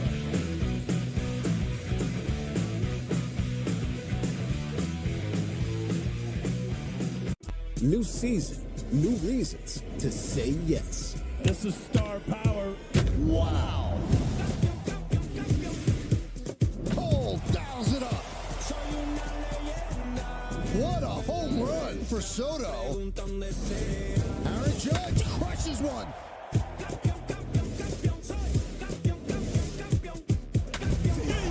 Get all the Yankees action. The Yes app. I'm going to ask you a series of questions about your life, your career, and everything in between that we've uncovered. They're all centered on numbers. Some of the numbers might be familiar to you, but they all add up to tell your story. What do you want fans to think about when they see the number 23? I wanted to be somebody different on the field, to be just known for baseball. The Story of My Number, presented by the New York Lottery. New series premieres May 9th on Yes and the Yes app.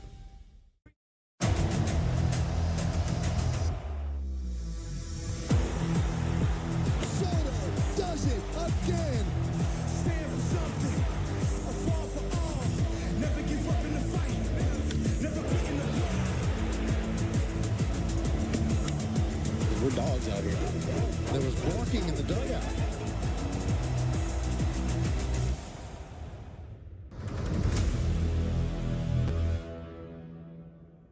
When disaster strikes, no matter where and when, cash is best. Those in crisis are able to decide where that money goes. It's easily exchanged and received across borders, and nobody knows the needs of a community in crisis better than the people within it. With cash, help goes exactly where it's needed, when it's needed. Ultimately, cash creates choice. And when it comes to what we should send to communities in need, our choice is simple. Half of young adults are at risk of hearing damage from loud sounds. So why is this happening? We know not to bake in the sun for hours. We buckle up to save lives. And we know that smoking kills. We take common sense steps for our health every day.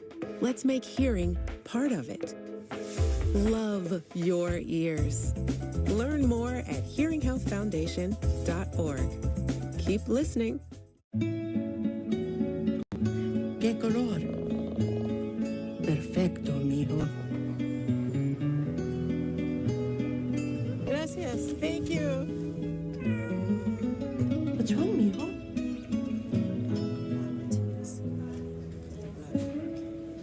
Donating to a pet's medical care is one of the many ways you can help families in your community. Pets and people belong together. Learn more at petsandpeopletogether.org. Sometimes I dream about you falling through the sky. Can hardly believe my own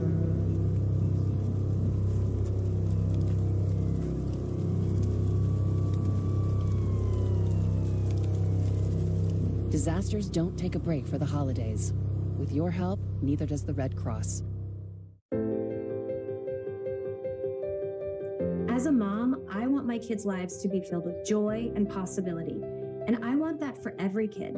That's why I support No Kid Hungry.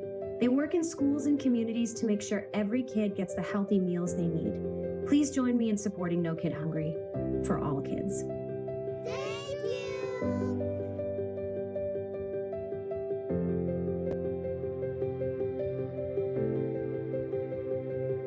The Library of Congress invites you to visit the revamped Veterans History Project website, where firsthand accounts shared by U.S. military veterans are accessible to the public.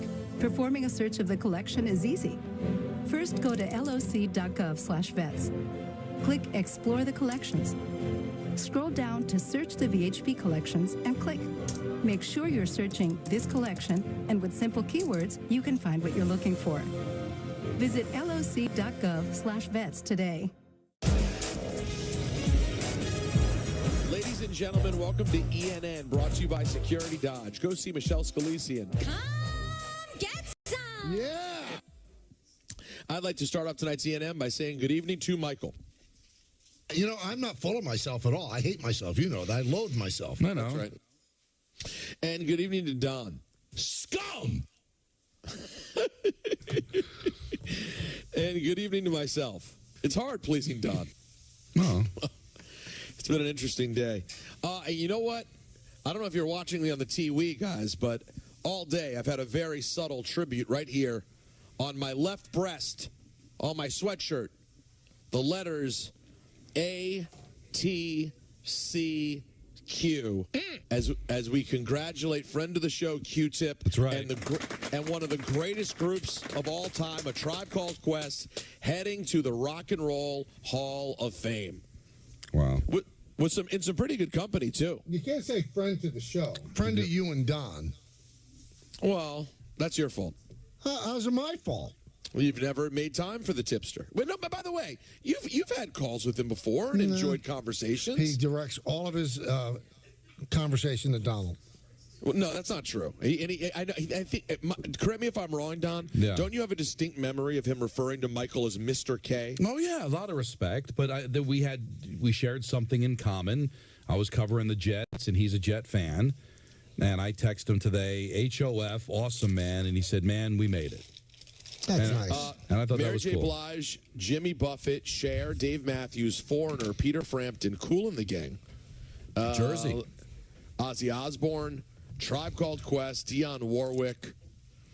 An interesting and eclectic class, and of course, Don, a lot of good does Jimmy Buffett now. Yeah, why did it take so long for Jimmy Buffett? Well, you can't make sense of any of this, though. This always drives me crazy. Why Ozzy Osbourne now? Why Kool and the Gang now? Why Cher now?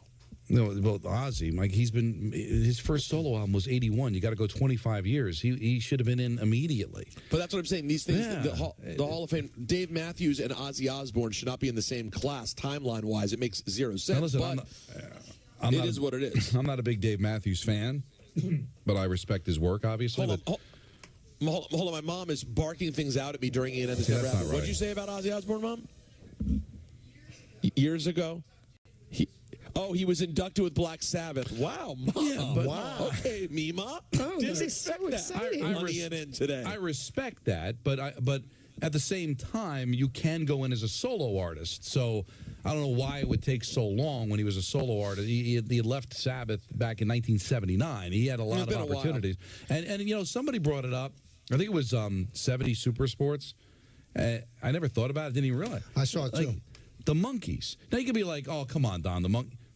Take a look at the list of songs and how influential that catalog is. They were a great influence on the Beatles. What? I hate working with you two. I'm going to quit.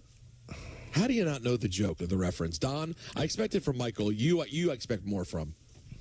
And he wrote a song about hanging out with the Beatles too. He doesn't. I don't know. He doesn't know. I don't know what he's talking about. They were a great influence on the Beatles. It's from Dumb and Dumber. Okay, don't worry. You know what? I watched Dumb and Dumber too, but I don't commit every line to memory. I didn't get that. I should have gotten that, but I didn't get it. I apologize to Peter. You know what you treated me like? You treated me like the caller earlier. You offered to have a drink with, and he just ignored you. No. He called in. I was trying to make it work. But then Michael ended up just like it. He called me out on it, and I had to admit it. But I was not going to give in. Anthony Greek is very upset. He said Iron Maiden not in the Hall of Fame is a joke. Well, and with Judas Priest in, Iron Maiden should be in because they're like the Who and Led Zeppelin. I mean, they were together. They were equals. I don't get it. I've never heard anyone pronounce Led Zeppelin that way. Led Zeppelin? Yeah, he did it again. I've never heard that, Michael. I've never heard someone pronounce the in Zeppelin. Led Zeppelin. Michael, have you ever heard that? I've heard people say Led Zeppelin, yeah. Well, what do you say? Be honest. Led Zeppelin. Yeah, you don't pronounce that. I never noticed it. I'm sorry. But Michael's got my back. Maybe he's just a good teammate, but you've heard it pronounced. I know. I don't hear the difference. I'm sorry. Yeah. I mean, there's things that you pronounce that I've never heard before. And you call me out examples? No, I don't want to because I don't want to get in a fight with him. We've had a good day today. I've gotten better. Was there one today? No. There's one that just annoys the heck out of me, and I can't even remember what it is now. Go on, Peter. Is it nuclear? No. That Bill Clinton couldn't, and he had the button. He couldn't pronounce it. That helps me. Of course, the 1 year that I've said I definitively am going to the Rock and Roll Hall of Fame, Don, the induction ceremony's back to Cleveland this year. Oh, is it? And it's not on HBO anymore. No, they've moved to Disney Plus, the great Disney Plus vehicle. Disney Plus, and then eventually it's going to air like on ABC. Yeah, because for some reason, there's so many events that can be done live. They cannot do the Hall live. I guess it's just too long. It is very, very long. But when you got a streaming service, why can't it be a 9-hour show? See, that's a great point. That's a great point by Michael. I mean, so you know what? So it'll be live probably day of, Disney Plus. It'll probably run for 8 hours, and then they'll cut it down to like a 3-hour TV show. That would be my guess. Either way, congratulations to Q-Tip. And who's going to induct them, do you think? Ali Shaheed Muhammad. I volunteered. I don't think I'll get the call. I did. But who do you think makes sense? Who would make the most sense for a Tribe Called Quest induction? That's a great question, Don. A couple of the people, unfortunately, are no longer with us. I would say Busta Rhymes could be great. Has great history with them, and his career kind of definitively launched on the song Scenario. So Busta Rhymes might make sense. But that's a really good. I'd have to think about that one for a while. Queen Latifah, would be very good. Because if you do it well, just even in sports, Michael, the person that inducts you, that's an important spot. That should be taken very seriously. Tom Morello inducting Kiss is one of the great speeches I've ever seen. Check it on YouTube, Peter, if you get a chance. Tremendous. Tom Morello inducting Kiss? Yeah, tremendous. And there's a lot of them, too. Paul McCartney inducting the Foo Fighters. That's money, right? Oh, that's really good. You know who it could be? How about Leonardo DiCaprio? Huge fan. Is that true? He is Leonardo DiCaprio. Yeah, that would be. He's a huge fan, and he's very close with Q-Tip. I wonder if he'd do it. I wonder if Q-Tip would ever be able to come on with him. We would do that, Michael, right? Yeah, sure. Get a Q-Tip Leonardo DiCaprio like at a remote. Leo, yeah. How about the Beach Bash? The sales will be very happy with that. Do you think, Michael? Well, here's the thing, though. There's one thing, though, Don. Leo can come to the Beach Bash, but if he shows up to the suite, just know he's not sitting down, okay? No chair. Leo, if you want to swing by the suite, you can grab food, you can hang out in the back. Do not try to sit. Imagine that. Hey, Vinny going, hey, Leo, where you going? Do you know, I'm mortified, though, about the whole suite situation, because I offered Aaron Boone that I could get him in the suite. Oh, boy. So imagine if he accepted, and they said, well, you can't sit. Didn't. What? Problem solved. He didn't accept. He didn't, but I'm mortified that I put it out there and it wasn't doable. Well, listen, I'll say this for all of our bad-mouthing of the suite situation. Last year during the playoffs, when I extended the offer to Billy Crystal, they made room in the suite, and he was allowed to sit. Now, I think me and Don, you and I both went out with credentials. I don't think we had seats in the suite. No. But we got in the building. Well, they will not get a chance tonight to ignore me. I won't go. Ooh. No. You got too much self-respect. What? I say, see what happens? Yeah, I'm not going to do it. Good for you. Take a stand. See? Thank you. You've come around, Don. So what time is it? 6:18? Nobody reached out and said, hey, drop by the suite? No, Nobody. Well, Still. You'd have to hear it. Now.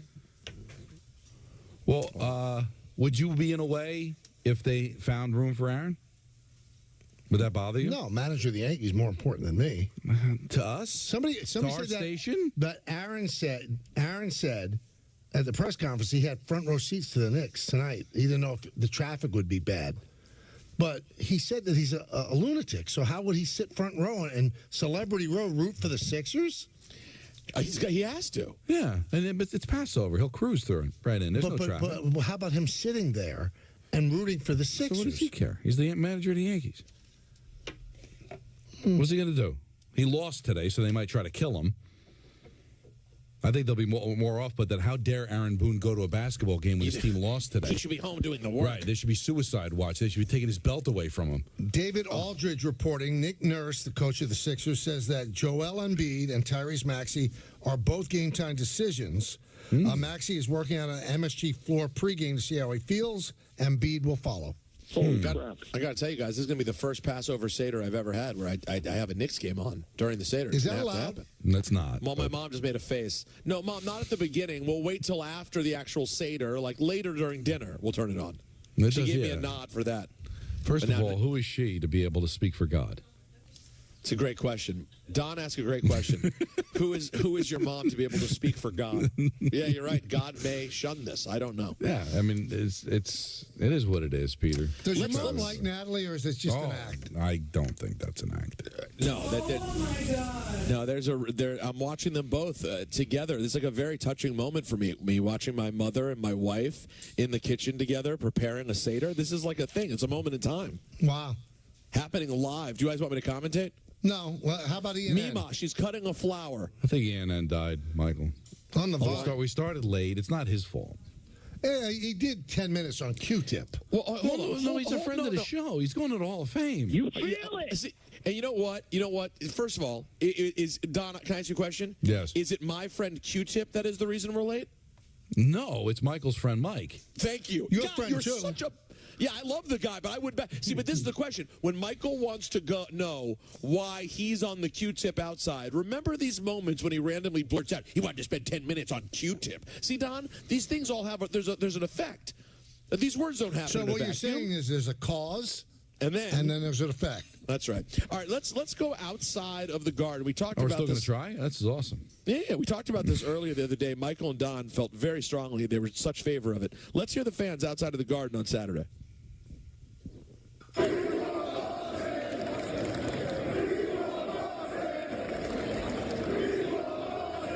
Now, here's my question for you guys. Do you think if they get another big win, we get the same thing? They'll double down. It's just going to be, we want Boston constantly. And I don't want to beat them. It's just not something I would do. I don't like poking the bear. There's too much work to be done. If you really believe, Peter, in all seriousness, that you are a team built to make a run, then why are you getting so over-the-top excited for one win? You think you're winning the series anyway, and you should win the series, so why are you going nuts? And I keep hearing people say on Twitter, well, it's been so long, Don. Well, no, you're a perennial playoff team now. You've gotten to the playoff 3 straight years. You've gotten to the second round last year. You're a 2 seed. Act like it. That's all I'm saying. Respect the team you're rooting for. You're not underdogs anymore. This is the Knicks from a few years ago. Oh, no. Come on, man. Don and I are both sick as dogs right now. Really? It's probably allergies. All the more reason you shouldn't go in the suite. What a jerk. Here is the aforementioned Nick Nurse talking about Joel. And I think he absolutely wants to play, but let's see how he turns out here tonight. Interesting take from Danny Green on Barton Hahn, speaking about the Embiid injury earlier. Let's hear from Danny Green. I've been through the surgery, and most of it is trying to get the confidence to do and try those things. And when coming down, not be too leery of it. And when you feel something, not think that it's torn again. You know, like it might just be like, you're okay. You did the rehab. Your leg is strong enough to handle this. And you have to just trust it. And so I think that's probably 90% of it for him, of just being, comfortable with the knee and comfortable doing things with the knee that he wasn't doing before the surgery, So, I think that's why, it might have scared him, made him a little uncomfortable, and he's like, I don't know. It made me feel a little weird. And then once he gets himself back under him, he's like, all right, cool. I haven't done this in a while, but my knee can handle it. My knee is used to it, so I think it's more mental side than anything. Also, I'd like to ask Joel this. Your knee is suspect. What are you doing an alley-oop for yourself? Well, that's exactly what I was going to say. That's why he has to be careful, or he's going to find himself in the locker room again. That'll do it for ENN on this special Passover Knicks Sixers edition, brought to you by Security Dodge. Shop 24/7 at securitydodge.com during their Dodge Power Shot Days, Jeep Celebration event, and Ram Truck Month. Knicks Sixers coverage starts at 7 right here. Islanders, Hurricanes starts at 7 on 10:50 a.m. For those who celebrate, have a happy Passover. Enjoy your time with your family, and we'll talk to you tomorrow. That's a wrap on the show for today. Coming up next, Forbes Sports Money. For all of us here on the Michael K. Show, this is Chris Sheeran saying have a great night. We'll see you again tomorrow at 3 o'clock.